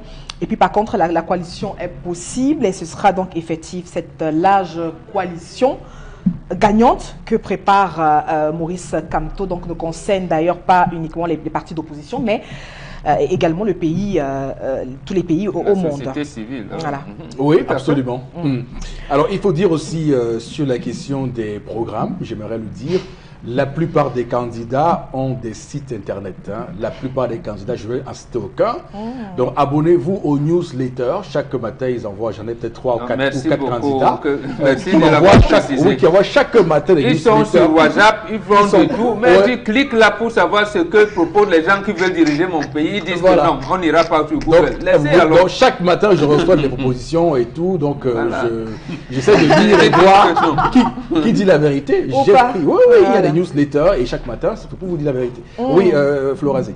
Alors, à mon humble avis, soit il y a un réel problème, ça c'est par rapport à l'histoire du jour, de dialogue dans ce foyer, soit la femme se méfie de son mari, ou alors ses intentions ne sont pas très nettes. Bon, même si au départ elle avait raison, elle a perdu en ne mettant pas son mari au courant. Voilà, on ne doit pas tout dire à l'homme en même temps. Non, c'est l'homme qui ne doit pas tout dire à la femme. La femme doit tout dire à l'homme. Est-ce qu'il a eu mal à dire, il allait quelque part, on a dit que c'est à cause de la femme doit tout dire à l'homme. Voilà. L'opposition ne se soucie pas des Camerounais. Il y a deux groupes, ceux qui nous dirigent et qui vivent bien et ont tout. Voilà. Voilà. Et de l'autre côté, nous autres, mais l'opposition se situe où également, où actuellement. Ils se posent la question, s'ils étaient de notre côté, on serait unis dans la galère pour mieux affronter la dictature. Oui, bon, c'est ça le drame. Alors, Joshua Oshi, parce que je vais prendre un candidat, je prends un candidat, je peux prendre Maurice Kamto ou bien d'autres candidats, Cabral Libi. Je prends juste l'exemple de Joshua Oshi. Il a parlé de la question du SMIC ici. Il a dit à combien il veut relever le SMIC au Cameroun. Il a dit comment il compte financer ce SMIC-là sur une période de 5 ans étalée. Combien de personnes sont allées lire ça pour comprendre ce qu'il prévoit pour au moins relever le pouvoir d'achat des Camerounais? Personne n'en parle. Et pourtant, c'est écrit noir sur blanc. En son temps, ça avait fait débat. En son temps, lorsqu'il avait sorti cela, ça avait fait débat. Donc, on dit pas qu'il n'y a pas de programme d'opposition. Nous avons discuté de cela sur ces plateaux pour essayer de faire comprendre, de bien fronter de cela, monsieur. Oui, quand ils reviennent, donc, les citoyens doivent revenir regarder. Voilà. Vous allez à l'église tous les dimanches et vous priez même le matin avant de sortir ou le soir avant de coucher. Vous n'êtes jamais parti. Ok, d'accord. Autre réaction? Oui, allez-y, Florence. La dernière réaction. Peut-être la dernière, voilà. Alors, c'est d'accuser l'opposition. Même si un bébé qui venait de naître est candidat unique, la machine de l'État ne peut pas céder le pouvoir. Il n'y a que le bon Dieu pour changer le sort du Cameroun. C'est Moussa qui réagit. Non, il n'y a pas assez le Dieu, c'est les citoyens qui changent le sort de leur pays. Voilà, et pas l'opposition. Et c'est ça, encore au Bengal, le sens de la démocratie. La démocratie, c'est Demos and Kratos. Demos, c'est peuple. Katos, c'est pouvoir. Pouvoir au peuple. Les changements politiques ne sont pas la paternité de l'opposition. C'est le peuple souverain et citoyen qui décide de changer. Et c'est même dangereux de laisser le pays aux mains des politiques. Les politiques peuvent coaliser là demain et vendre le Cameroun. Vous allez faire comment? Voilà. Donc il faut que si vous n'êtes pas un peuple éveillé, ne confiez pas votre destin aux hommes politiques. Donc ça s'appelle la responsabilité citoyenne. Et le Cameroun, le plus souvent, on l'a sapte dans l'âme. On pense toujours que ce qui nous arrive, ça vient parce que c'est l'autre qui l'a fait. Donc le pouvoir de rejeter la faute sur l'autre, du bouc émissaire. On souffre, c'est l'opposition qui est mal organisée. C'est parce que nous on souffre. Vraiment, il faut qu'on soit responsable. Le citoyen est un homme responsable. Quelqu'un part acheter bouteille de gaz. Il voit même que c'est pas plein. Il pense que c'est le candidat de l'opposition à la présidentielle qui viendra de revendiquer que la bouteille de gaz soit pleine au quartier. Au lieu de s'unir au quartier quel est le pouvoir que le citoyen a? Combien de fois les chauffeurs de transport pour parler d'eux sont descendus dans la rue pour se plaindre de l'arnaque qui sont faites par les brigades routières? Qu'est-ce qui a été fait? Attendez, rien n'a bougé. Non, on ne demande même rien. Justement parce que certains conducteurs sont constitués des syndicats et financés par le gouvernement. C'est eux qui partent négocier en disant que oui, la base de trucs, nous nous sommes rencontrés. Charles Amel, je suis monté sur une moto il y a quelques jours. Et le conducteur de cette moto me disait combien ce pays souffre. Il me retraçait toutes les souffrances de ce pays et comment le pays ne marche pas. Je lui ai posé une seule et unique question: est-il inscrit pour pouvoir voter? Il m'a dit, il m'a dit non, parce que pour lui, l'élection est gagnée d'avance. Et il n'est pas le seul dans ce pays qui pense comme ça. Si tous les Camerounais mais je pense quand même que la France est plus petite maintenant. Non, non, vous savez, ils sont très... On doit avoir 15 millions d'inscrits. Selon les chiffres de l'ECAM. Le Mali compte 10 millions d'habitants. Voilà. Ils ont 8 millions d'inscrits. 10 millions. Le Cameroun compte 25 millions d'habitants. Le Cameroun a 7,8 millions d'habitants. Oui, et l'ECAM a dit en 2016, Charles Amel, qu'il pense qu'elle peut inscrire 15 millions de Camerounais. Voilà. Donc, cette proportion-là... Nous étions encore sur ce même plateau lorsqu'on décriait les matériels obsolètes, lorsqu'on décriait... Mais attention, ne disons pas une chose et on revient dire non, la population électorale. Je dis ça d'une autre manière, c'est pas le contraire, justement. Quand vous le citez comme ça veut dire que vous déroutez le peuple. Non, c'est pas ça. Et l'ECAM a dit... C'était Sani Tamoun ou quelque chose comme ça. Il a dit la population électorale peut être estimée aujourd'hui à 15 millions. Ce n'est pas moi, c'est lui. Nous décrions tous ici là les problèmes énergétiques qui empêchaient les inscriptions. Nous avons décrit tous les mécanismes. Au moins le motoman n'est pas allé pour qu'on lui dise qu'on n'a pas pu. Il a dit je ne m'inscris pas. Et je peux vous assurer que si 1 million de Camerounais vont pour s'inscrire et n'arrivent pas à s'inscrire, je peux vous dire que si cette masse critique-là se plaint, les choses vont changer. Si 1 million seulement de Camerounais vont s'inscrire et qu'il y a des problèmes comme vous dites, ils vont tout faire pour qu'on puisse les enrôler dans ces listes électorales-là. Il n'y a pas de débat là-dessus. On voit des pays, comment ça se passe là-bas. Je dis, au Mali, il y a 10 millions d'habitants, 8 millions d'inscrits. Ça montre clairement à quel niveau le Cameroun est. Et c'est dommage qu'on en soit à dire ça parce que on continue à faire prospérer un discours antidémocratique qui veut que l'opposition ou qui veut qu'il n'y ait pas d'inscrits sur les listes électorales. Flora, on va mettre un terme à cette séquence et prendre la revue des réseaux sociaux. Tout à fait, Eric.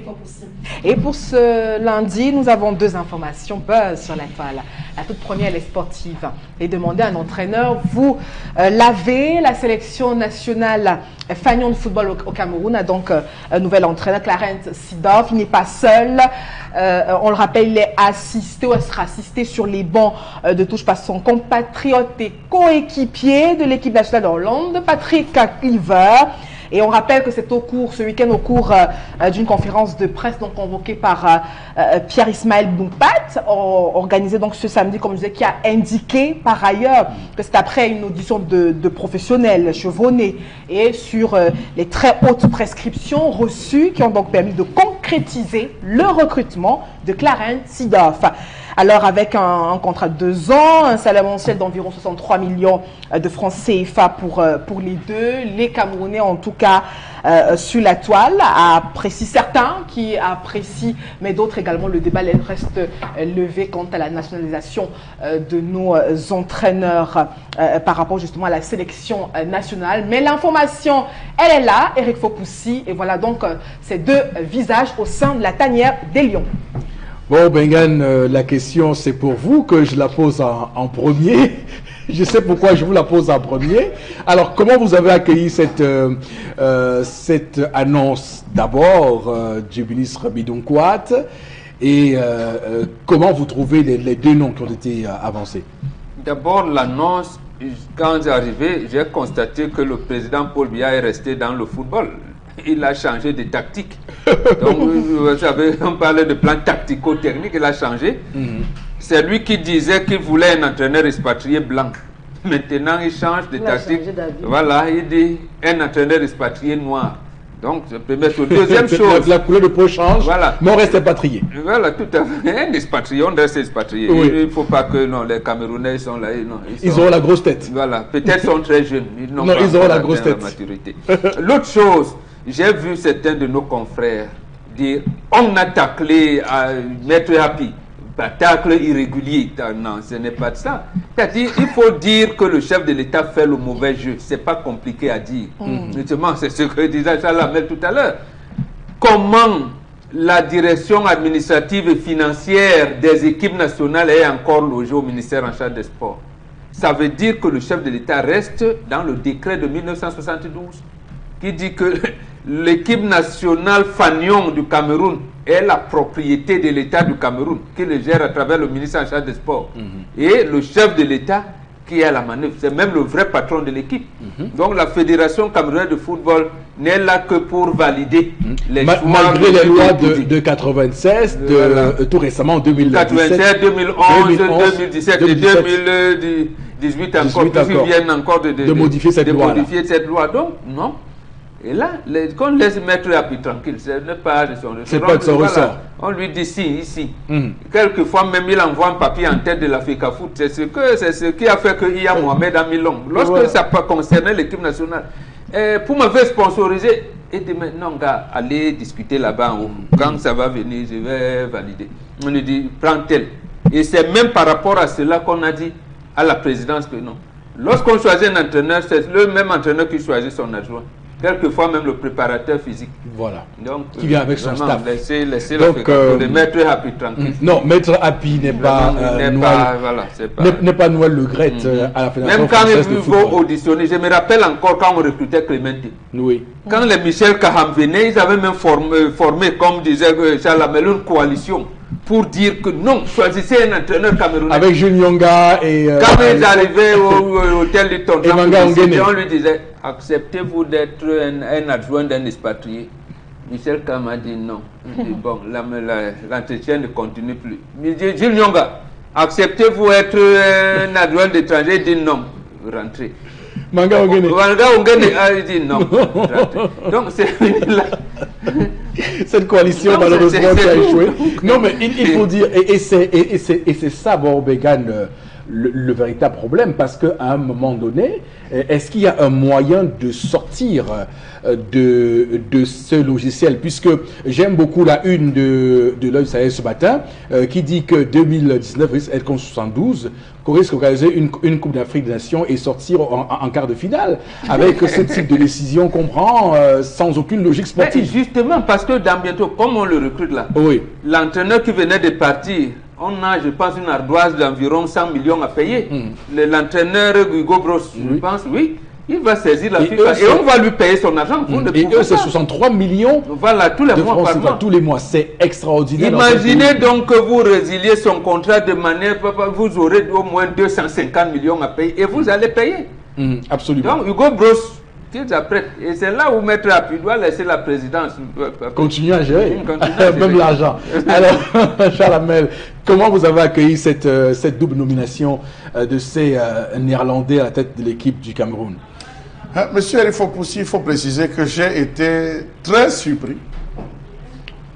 Pour la première fois tous les Camerounais ont été unanimes. Il fallait parcourir les réseaux sociaux. Vous voyez comment les breaking news et tout ça circulait sur les réseaux sociaux, histoire de dire que, mais attention, pour la première fois, on a choisi des vrais entraîneurs pour le Cameroun, ressortir, les gens indomptables, ressortir même leur parcours et tout. Comment ils ont explosé. Oui, il faut dire qu'on a parcouru la toile. Les gens, c'est qu'ils n'en savent pas Non, grand-chose. monsieur, je veux dire que lui veut être expérimenté sur quelle base. Il a été adjoint de Van Gaal, je me souviens, à la Coupe du Monde 2010. On sait comment cette Coupe du Monde est terminée pour la Hollande. Seedorf a été un temps, une parenthèse, entraîneur de Milan AC. Voilà. Avec les résultats qu'on connaît, je veux dire, monsieur, il faut possible. Je vous restitue toute la supplice que j'ai eue lorsque je parle.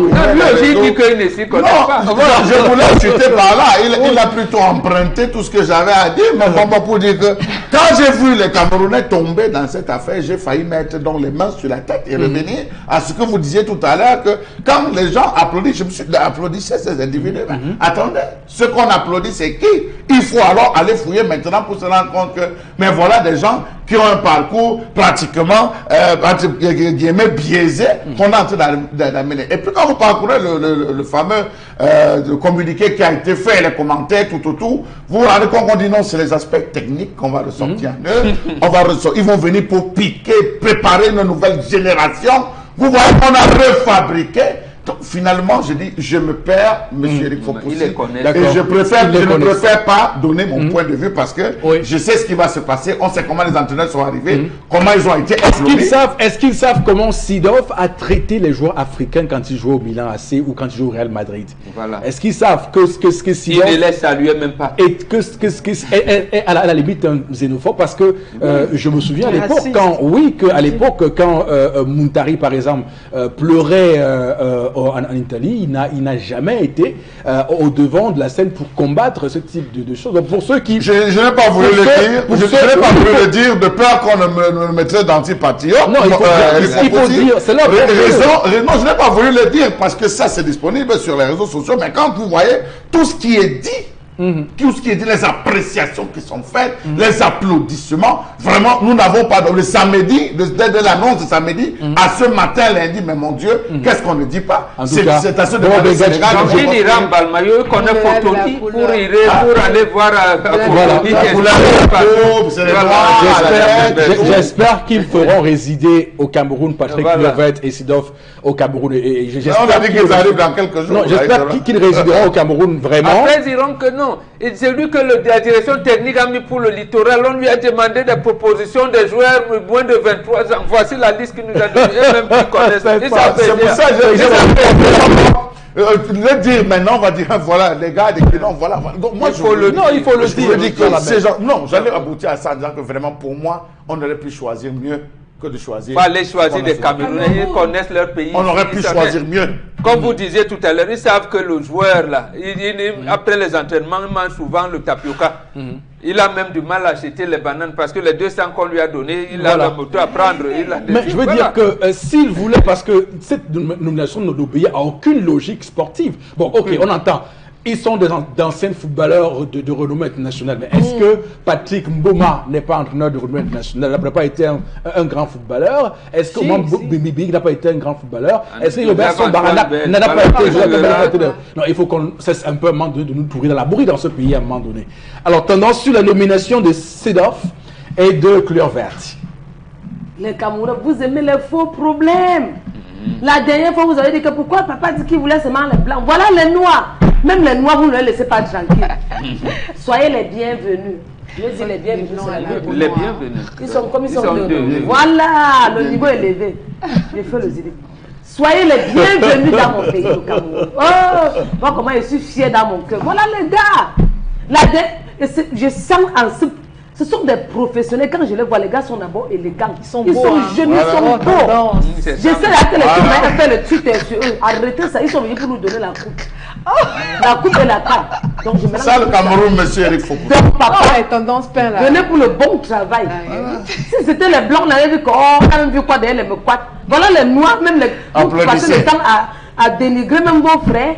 Là, maintenant, ils vont connaître le couscous manioc, sauce gombo. Le blanc pouvait connaître ça. Ils savent qu'ils vont venir au Cameroun manger la patate râpée. Parce que Ce sont les Noirs. Les gens là, ils peuvent manger le Ils bonbon. peuvent, ils ne mangent pas comment. Ils vont manger Je la ne bas suis pas sûr. Papa, je vous attends. Soyez les bienvenus. Je connais monsieur la chèvre qui mange Soyez les très bien. bienvenus. La dernière fois, c'est nous qu'on avait chassé qui buvait tout le faux. Wilfried Schaeffer. Ah, il buvait. Ou c'est Wilfried Schaeffer. On disait qu'il buvait que le fort. Vous voulez dire que les deux s'y boivent. Quand tu les vois, tu sens que même les liqueurs, ils ne prennent pas. Donc ils ne vont jamais, ils vont rien faire étant sourds. Ils vont travailler étant lucides. Papa, je suis derrière vous. Et c'est qu'on souhaite. Oui, moi-même je souhaite ça. D'accord. Je suis derrière vous. Très bien. Félicitations.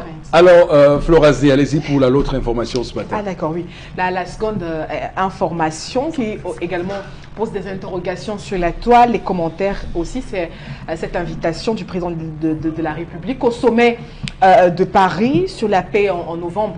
On se rappelle que le président a donc reçu en audience le 2 août dernier l'ambassadeur de France au Cameroun et qui lui a donc transmis cette invitation du président Emmanuel Macron à donc J'aime beaucoup cette photo, hein. Oui, à prendre part, je savais qu'elle allait vous plaire, à prendre part au sommet pour la paix prévu, on le rappelle, à Paris du 12 au 14 novembre prochain, cette date déjà qui pose une petite polémique sur la toile. Les Camerounais se posent des questions et puis on rappelle que le sommet quand même qui va donc se tienne au lendemain même de la commémoration du centenaire de la fin de la Première Guerre mondiale et puis qui donnera également l'occasion aux dirigeants politiques internationaux de réfléchir notamment sur les conditions d'une paix durable dans le monde. D'où donc cette invitation déjà prévue, je le rappelle, pour les 12-14 novembre prochains. Et il faut aussi. Alors, ce qui est intéressant dans cette histoire, c'est une obstruction démocratique qui ne dit pas son nom. Comme semble le dire certains observateurs à travers les différents canaux de communication, comme on peut en lire un peu ici et là sur cette question de l'invitation du président Paul Biya à ce sommet pour la paix à Paris du 12 au 14 novembre prochain. Alors bon, Bengan, on va dire, c'est vrai que le président Paul Biya est en fonction. Ça, on ne va pas en faire un débat. Mais est-ce que sur le plan symbolique, il n'y a pas un message qu'il envoie? Parce que la manière avec laquelle ça a été annoncé, le tapage médiatique qui a accompagné cette invitation-là, c'était pour dire que voilà, le président Paul Biya bénéficie encore d'un aura international intact et qui reste demandé par ses pairs. Oui, ça peut être interprété comme ça, mais non. Dans les usages, dans les usages diplomatiques, on invite le président d'un pays. Parce qu'il a ratifié certains accords, il a ratifié jusqu'à ce qu'il soit en fonction. C'est lui qui ratifie les accords. Donc, lorsqu'on prépare une rencontre internationale, ça se prépare au moins 4-6 mois à l'avance. Et les invitations sont distribuées et d'aller à un pays. Même s'il il rate les élections, le prochain président sait qu'il sera invité. Donc, moi, je ne pense pas qu'on puisse développer une polémique autour de cette invitation. Charles-Amel Bachou. Bien, M. Eric Fopoussi, il faut dire que lorsque je l'ai parcouru, je me suis prêté aussi à ce jeu en me demandant qu'est-ce qui garantit, est-ce que le président Macron a une boule de cristal dans laquelle il s'est rendu compte, et même s'il s'était rendu compte, était-ce la forme, tant on sait qu'aujourd'hui nous sommes un village planétaire, on est au courant de tout ce qui se passe. Donc je ne pense pas que cela a été formulé. Et s'il advenait qu'en novembre, Mbombok, ce ne soit plus le président Paul Biya qui soit là, est-ce qu'on va reformuler la lettre d'invitation pour le même programme? On invite le président. Donc, dans les usages diplomatiques, c'est le président de la République d'un pays qu'on invite. Même s'il s'appelle Mbachou et que demain ça devient Foposi Negou. C'est ça que je dis qu'il faudrait bien reformuler parce que ça ne serait pas la même. Étant donné qu'il date du 2 août, je pense qu'ils ont connaissance qu'on a convoqué et qu'on sait que la présidentielle se tiendra le 7 octobre. Pourquoi, d'où venait la nécessité rapide d'envoyer un tel courrier? D'accord. Non, parce que dans les pays sérieux, l'administration est continue. Ce n'est pas comme chez nous où à Tangandji les congrès des partis politiques sont passés, lui vient nommer les gens. D'accord. Merci beaucoup pour ce sujet, Florazé. On va vous dire merci pour cette revue des réseaux sociaux. On va poursuivre l'émission. Voici la suite, madame, monsieur. Restez avec nous. La nourriture colle constamment à votre poêle? Fatigué de frotter, gratter et d'abîmer vos poêlons? Eh bien, j'ai la solution. Bonjour, ici Cathy Mitchell avec ma nouvelle poêle Red Copper. Cette poêle révolutionnaire est faite de céramique non collante et de cuivre super solide. Garantie de rester sans égratignure. Pas de rayures et pas de résidus collés. Elle est légère et extra résistante. Elle ne s'égratigne pas et elle ne s'effrite pas dans votre repas. Regardez, des biscuits trempés dans le sucre à la cannelle et glacés de caramel collant. Mettez au four. Red Copper va au four avec sa poignée qui résiste jusqu'à 500 degrés Fahrenheit. Et le tout glisse tout seul. Miam! Cuisine et santé. Des lanières de poulet presque sans gras et presque sans huile. Red Copper utilise un cuivre pur à 100%, si durable que vous pouvez couper du beefsteak et des oignons pour un sandwich au steak et fromage fondant. Rien ne colle. Battez-y les œufs sans bol à mélanger. Vous gagnerez du temps. La poêle Red Copper est sans PFOA ni PTFE. Elle est sécuritaire pour vous et votre famille. Flambez vos desserts, grillez du poisson ou faites cuire un poulet au parmesan. Tout glisse facilement, même le sucre caramélisé ne colle pas. Versez sur des arachides pour une délicieuse gâterie. Vous aurez toujours une poêle propre. Fouetter, cuire, frire et même retourner. C'est vraiment la poêle la plus polyvalente sur le marché. Et en plus, elle va au lave-vaisselle. Retour sur le plateau avec vous, Constilamine. Bonjour et bienvenue. Oui, bonjour Eric, bonjour nos nombreux téléspectateurs qui accueillent encore en cette belle journée du lundi. Un lundi pas comme les autres avec ce grand arrivage. Bien entendu, c'est vrai qu'il y a de cela. On a bien sûr, le stock a été épuisé. Et depuis ce lundi matin, c'est donc de retour vos poêles Red Copper et vos paires de gants, super gants, avec une nouvelle, bien sûr, c'est-à-dire un nouveau dynamisme, une nouvelle stratégie commerciale, supervisée par le concept Salaka qui vous redonne le sourire pour cette grande promotion et cet arrivage spécial des poêles Red Copper. C'est donc l'occasion, chers téléspectateurs, de les commander dès à présent en nous appelant le numéro de téléphone en vous rendant directement du côté du magasin 1001 tapis. Cet arrivage est là, cet arrivage est encore là, alors n'hésitez surtout pas. Et les prix sont encore à la portée de tout le monde. Alors aujourd'hui, il n'y a plus besoin de se casser la tête, plus besoin de chercher de midi à 14h. C'est donc la grande innovation, c'est donc la grande promotion. Oui, vous avez connu ces poêles par le passé à 15 000 francs la poêle, mais le concept de Salaka vous permet de les avoir à travers ce grand arrivage à 14 000 francs. Votre poêle Red Copper, oui, je dis vous l'avez désormais à 14 000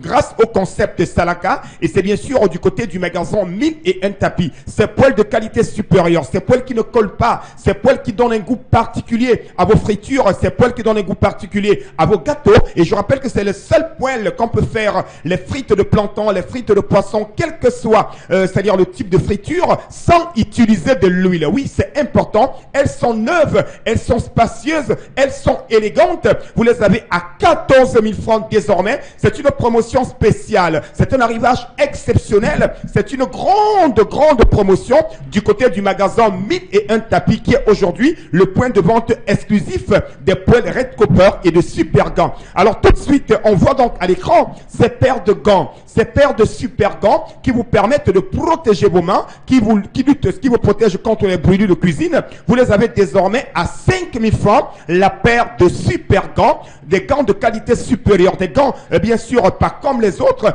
idéal pour la cuisine. Bien entendu, nos amis qui font dans la braise, dans la grillade, qui nous regardent en ce moment, c'est donc l'occasion plus que jamais de profiter de cet arrivage et de cette grande promotion du côté du magasin 1001 tapis pour avoir directement votre poêle Red Copper au prix de 14 000 francs et votre paire de gants au prix de 5 000 francs seulement. Ça, c'est pour ceux qui ont besoin, bien sûr, que ce soit d'une poêle ou alors d'une paire de gants. Et ceux qui ont besoin des deux produits, notamment la poêle et la paire de super gants, regardez le prix qui va s'afficher à l'instant à l'écran. Regardez bien sûr le grand Salaka. Regardez le cadeau qui va s'afficher à l'instant à l'écran. Je dis bien ceux qui ont besoin et qui commandent dès à présent achèteront les deux produits, notamment la paire de gants et la poêle Red Copper à 16 500 francs dès à présent, je dis bien. C'est donc l'occasion plus que jamais de profiter de cette promotion, de courir du côté du magasin 1001 tapis pour avoir l'ensemble de la poêle Red Copper et de la paire super gants à 16 500 francs. Et pour ceux qui ont besoin uniquement de la poêle, c'est 14 000. Ceux qui ont besoin uniquement de la paire de gants, c'est 5 000 francs. Mais pour ceux qui achèteront l'ensemble et qui commanderont dès à présent, vous achèterez les deux produits au prix prix de 16 500 francs seulement. Et où les avoir, c'est du côté du magasin Mid et un tapis qui est officiellement, depuis ce lundi matin, le point de vente de ces deux produits de cuisine de qualité supérieure. Et ceux qui n'ont peut-être pas le temps de passer dans notre magasin, qui sont hors de la ville de Douala et qui ont besoin de la poêle Red Copper et des paires de gants, c'est l'occasion de passer vos commandes dès à présent, de nous appeler à nos numéros de téléphone. Nos représentants chargeront d'assurer la livraison, quel que soit où vous êtes. Alors, chers téléspectateurs, avoir une poêle c'est bien, avoir les gants de cuisine c'est bien, mais acheter la poêle Red Copper c'est encore mieux. Elle ne colle pas, elle est solide, elle est durable, elle est nyanga, elle est stylée, elle ne coûte que 14 000 francs. Ou alors l'ensemble, comme je l'ai si bien dit, de ces deux produits de cuisine,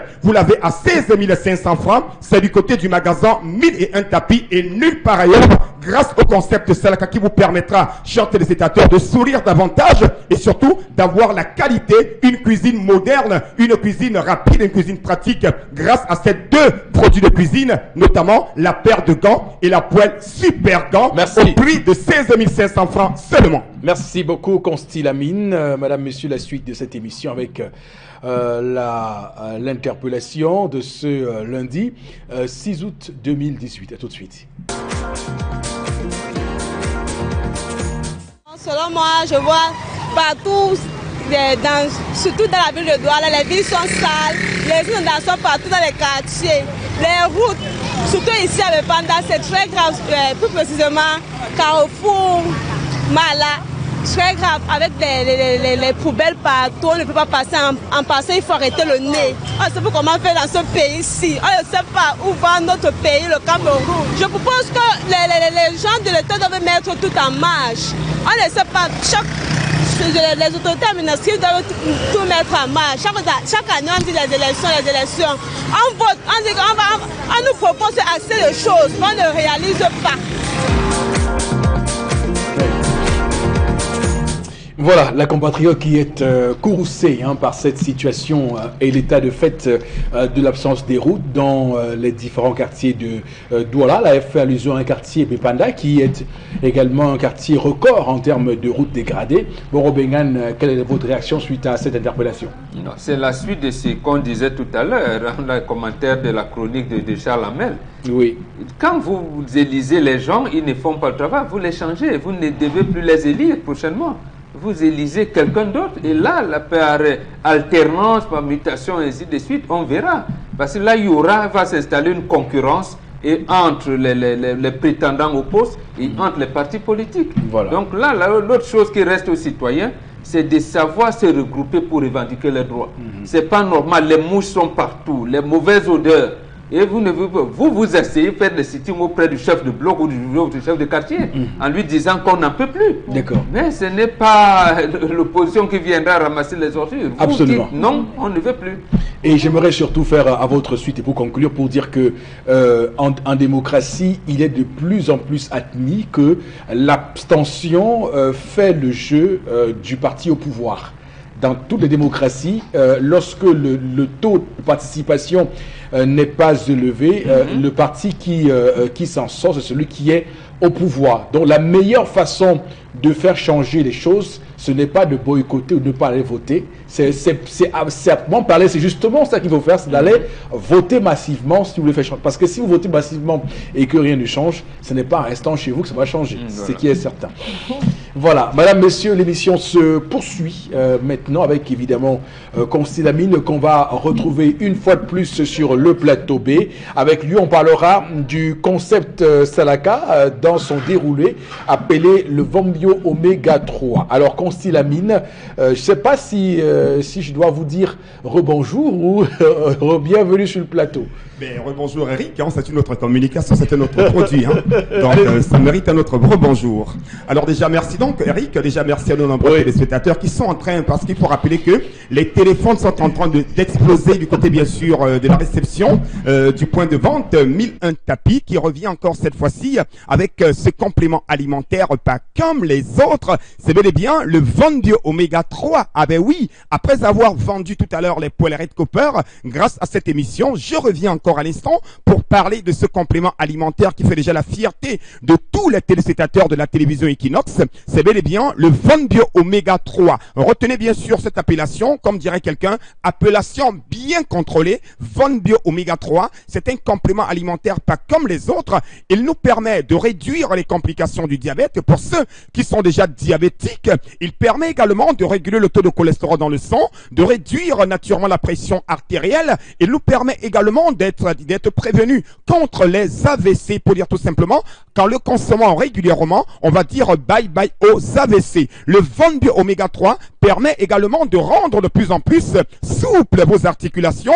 Il vous permet également, chers téléspectateurs, de faciliter la guérison des inflammations. Voilà donc quelques avantages liés à la consommation régulière du Von Bio Oméga 3. Et je rappelle que c'est sans effet secondaire dans l'organisme. Ah ben oui, je dis bien, c'est sans effet secondaire dans l'organisme. Alors à présent, le prix, c'est 5 000 pour une boîte de 30 gélules. Je dis bien, c'est 5 000 francs pour une boîte de 30 gélules et c'est une gélule par jour pendant le repas. Il dit bien, c'est une gélule par jour pendant le repas. Bien entendu, chers téléspectateurs, n'hésitez surtout pas. Vous êtes diabétique, c'est donc l'occasion plus que jamais de commander dès à présent votre Von Bio Oméga 3. Vous êtes dans la ville de Douala, passez dans notre point de vente, le magasin 1001 Tapis, qui est le point de vente par excellence de tous les produits du concept Salaka. À l'instant, nous parlons de l'Oméga 3, nous parlons du Von Bio Oméga 3, votre complément alimentaire. N'hésitez surtout pas, comme dirait quelqu'un, prévenir vaut mieux que guérir. Donc, any man today must commander Omega 3. Yes, you get diabetes. You know, say when you take them, your diabetes will go down. You want to make the harvest not holy again, just take Omega 3.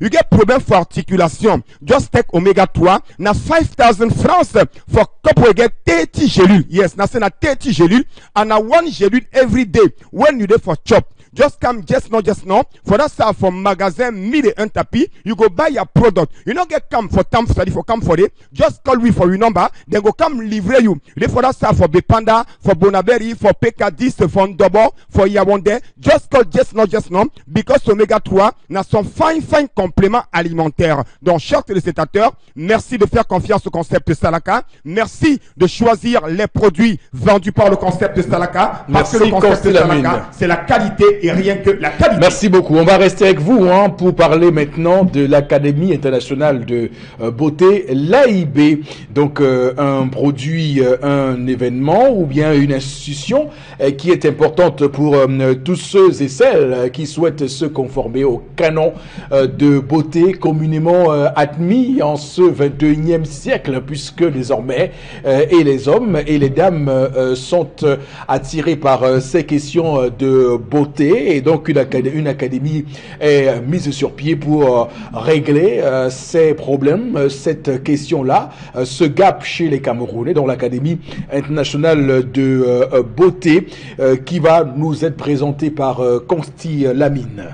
Bien entendu, Eric, ça montre une fois de plus le sérieux du concept Salaka. Ça montre plusieurs casquettes que le concept Salaka a. Cette confiance accordée, bien entendu, par tous nos partenaires. Alors, à l'instant, chers téléspectateurs, je m'adresse une fois de plus à vous. Je m'adresse à tous ceux-là qui viennent d'avoir le baccalauréat, qui viennent d'avoir leur probatoire, leur BEPC. C'est bien d'avoir une formation professionnelle, mais alors, c'est bien d'avoir une formation du côté, bien sûr, de l'Académie internationale de beauté AIB, qui est donc située en plein cœur de Bonapriso. C'est votre école de formation, pas comme les autres. Elle est entièrement bilingue, elle est internationale. C'est une école exceptionnelle. Alors, chers téléspectateurs, vous me regardez en ce moment, c'est donc l'occasion, plus que jamais, d'aller du côté de Bonapriso, derrière l'ancien supermarché Champion, et prenez toutes les informations. N'hésitez surtout pas, parce que AIB, c'est la qualité en matière de formation, c'est la qualité en matière d'enseignants, c'est la qualité en matière d'infrastructure. Et donc, pourquoi choisir AIB, mon cher Consti Lamine?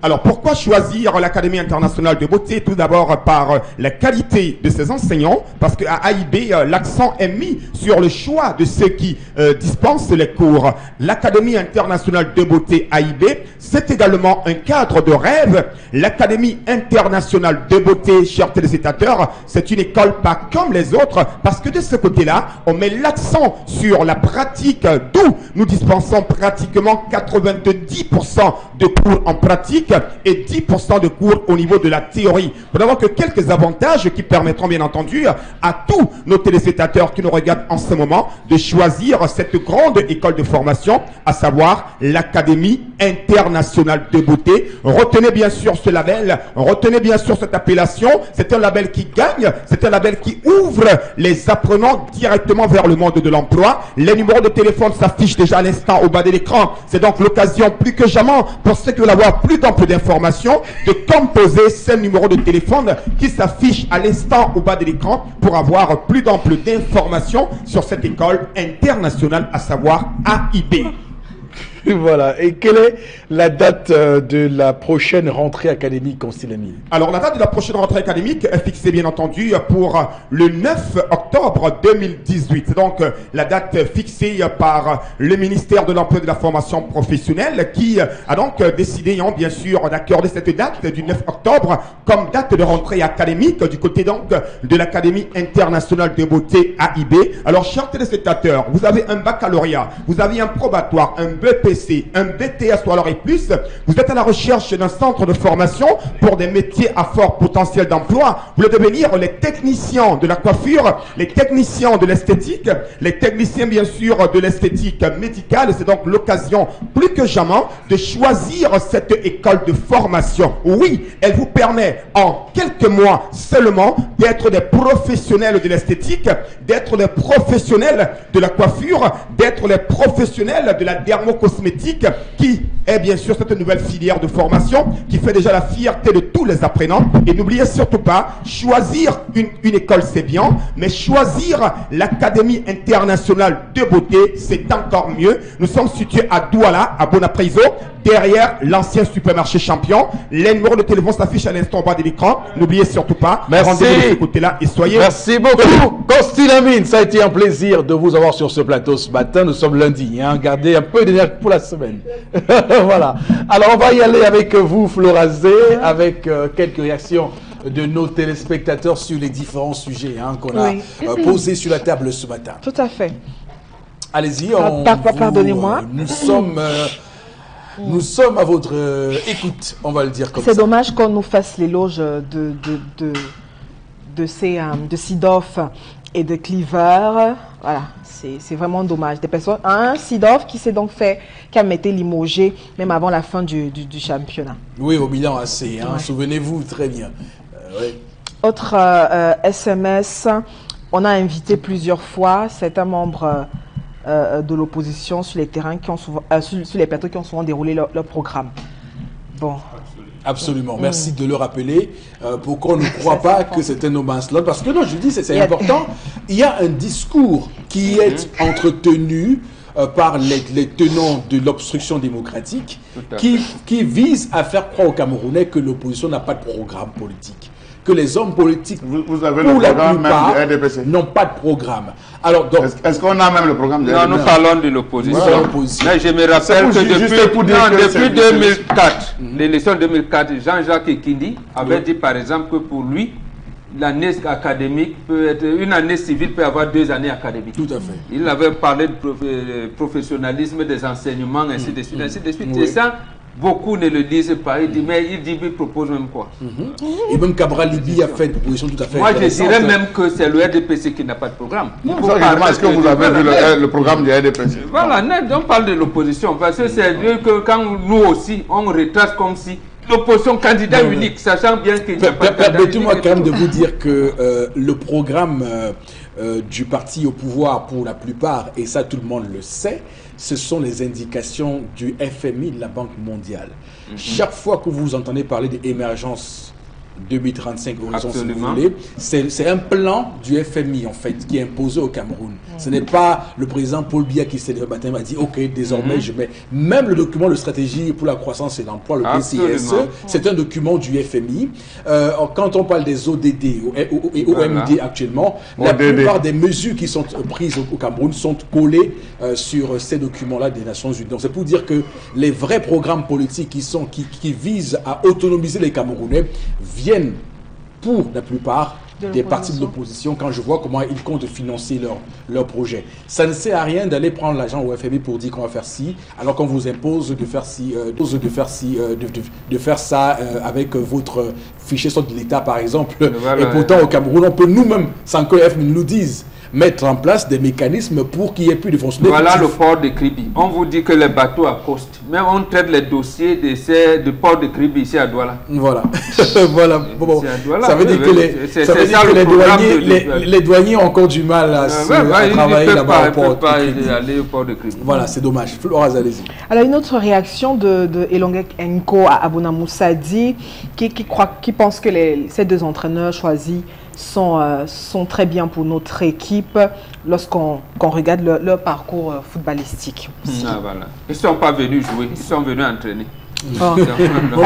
Merci beaucoup pour cette précision. Et s'il faut regarder le parcours des entraîneurs, le Cameroun n'a pas à rougir auprès d'aucun entraîneur dans le monde entier en termes de ressources camerounaises. Vraiment. Joseph-Antoine Bell, de par sa carrière, n'a rien à envier à un Seedorf ou à un Kluivert. Vraiment, il n'y a pas un Thomas Nkono, par exemple. Qu'est-ce qu'il a envié à Seedorf? Rigobert Sombarana, par exemple, qui est un joueur extrêmement connu. Je ne sais pas, citer les noms, les Patrick Bouma aussi.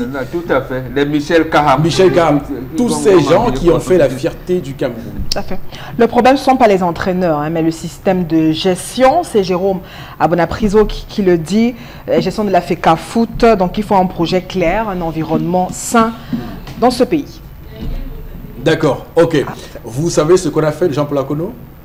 On l'a envoyé aux oubliés parce qu'il est camerounais. Si Jean-Paul Akono avait eu la peau blanche, faisant même une crise. Je vous assure, un haut cadre ministère des Sports, on appelait à l'époque Jeunesse et Sport, m'a dit Bombok, on ne nomme pas un Camerounais parce qu'on est jaloux de l'argent qu'il va avoir. Voilà. Et surtout les professeurs en charge de sport, comme Jules Diongala, qui est un ancien professeur de PS, les Jean-Paul Akono. Lui donner 10 millions par mois, on va dire mais non, dis donc, c'est assez beaucoup. On préfère donner 63 millions à Seedorf. Madame, messieurs, merci infiniment à vous de votre fidélité. On va se dire au revoir pour ce lundi matin.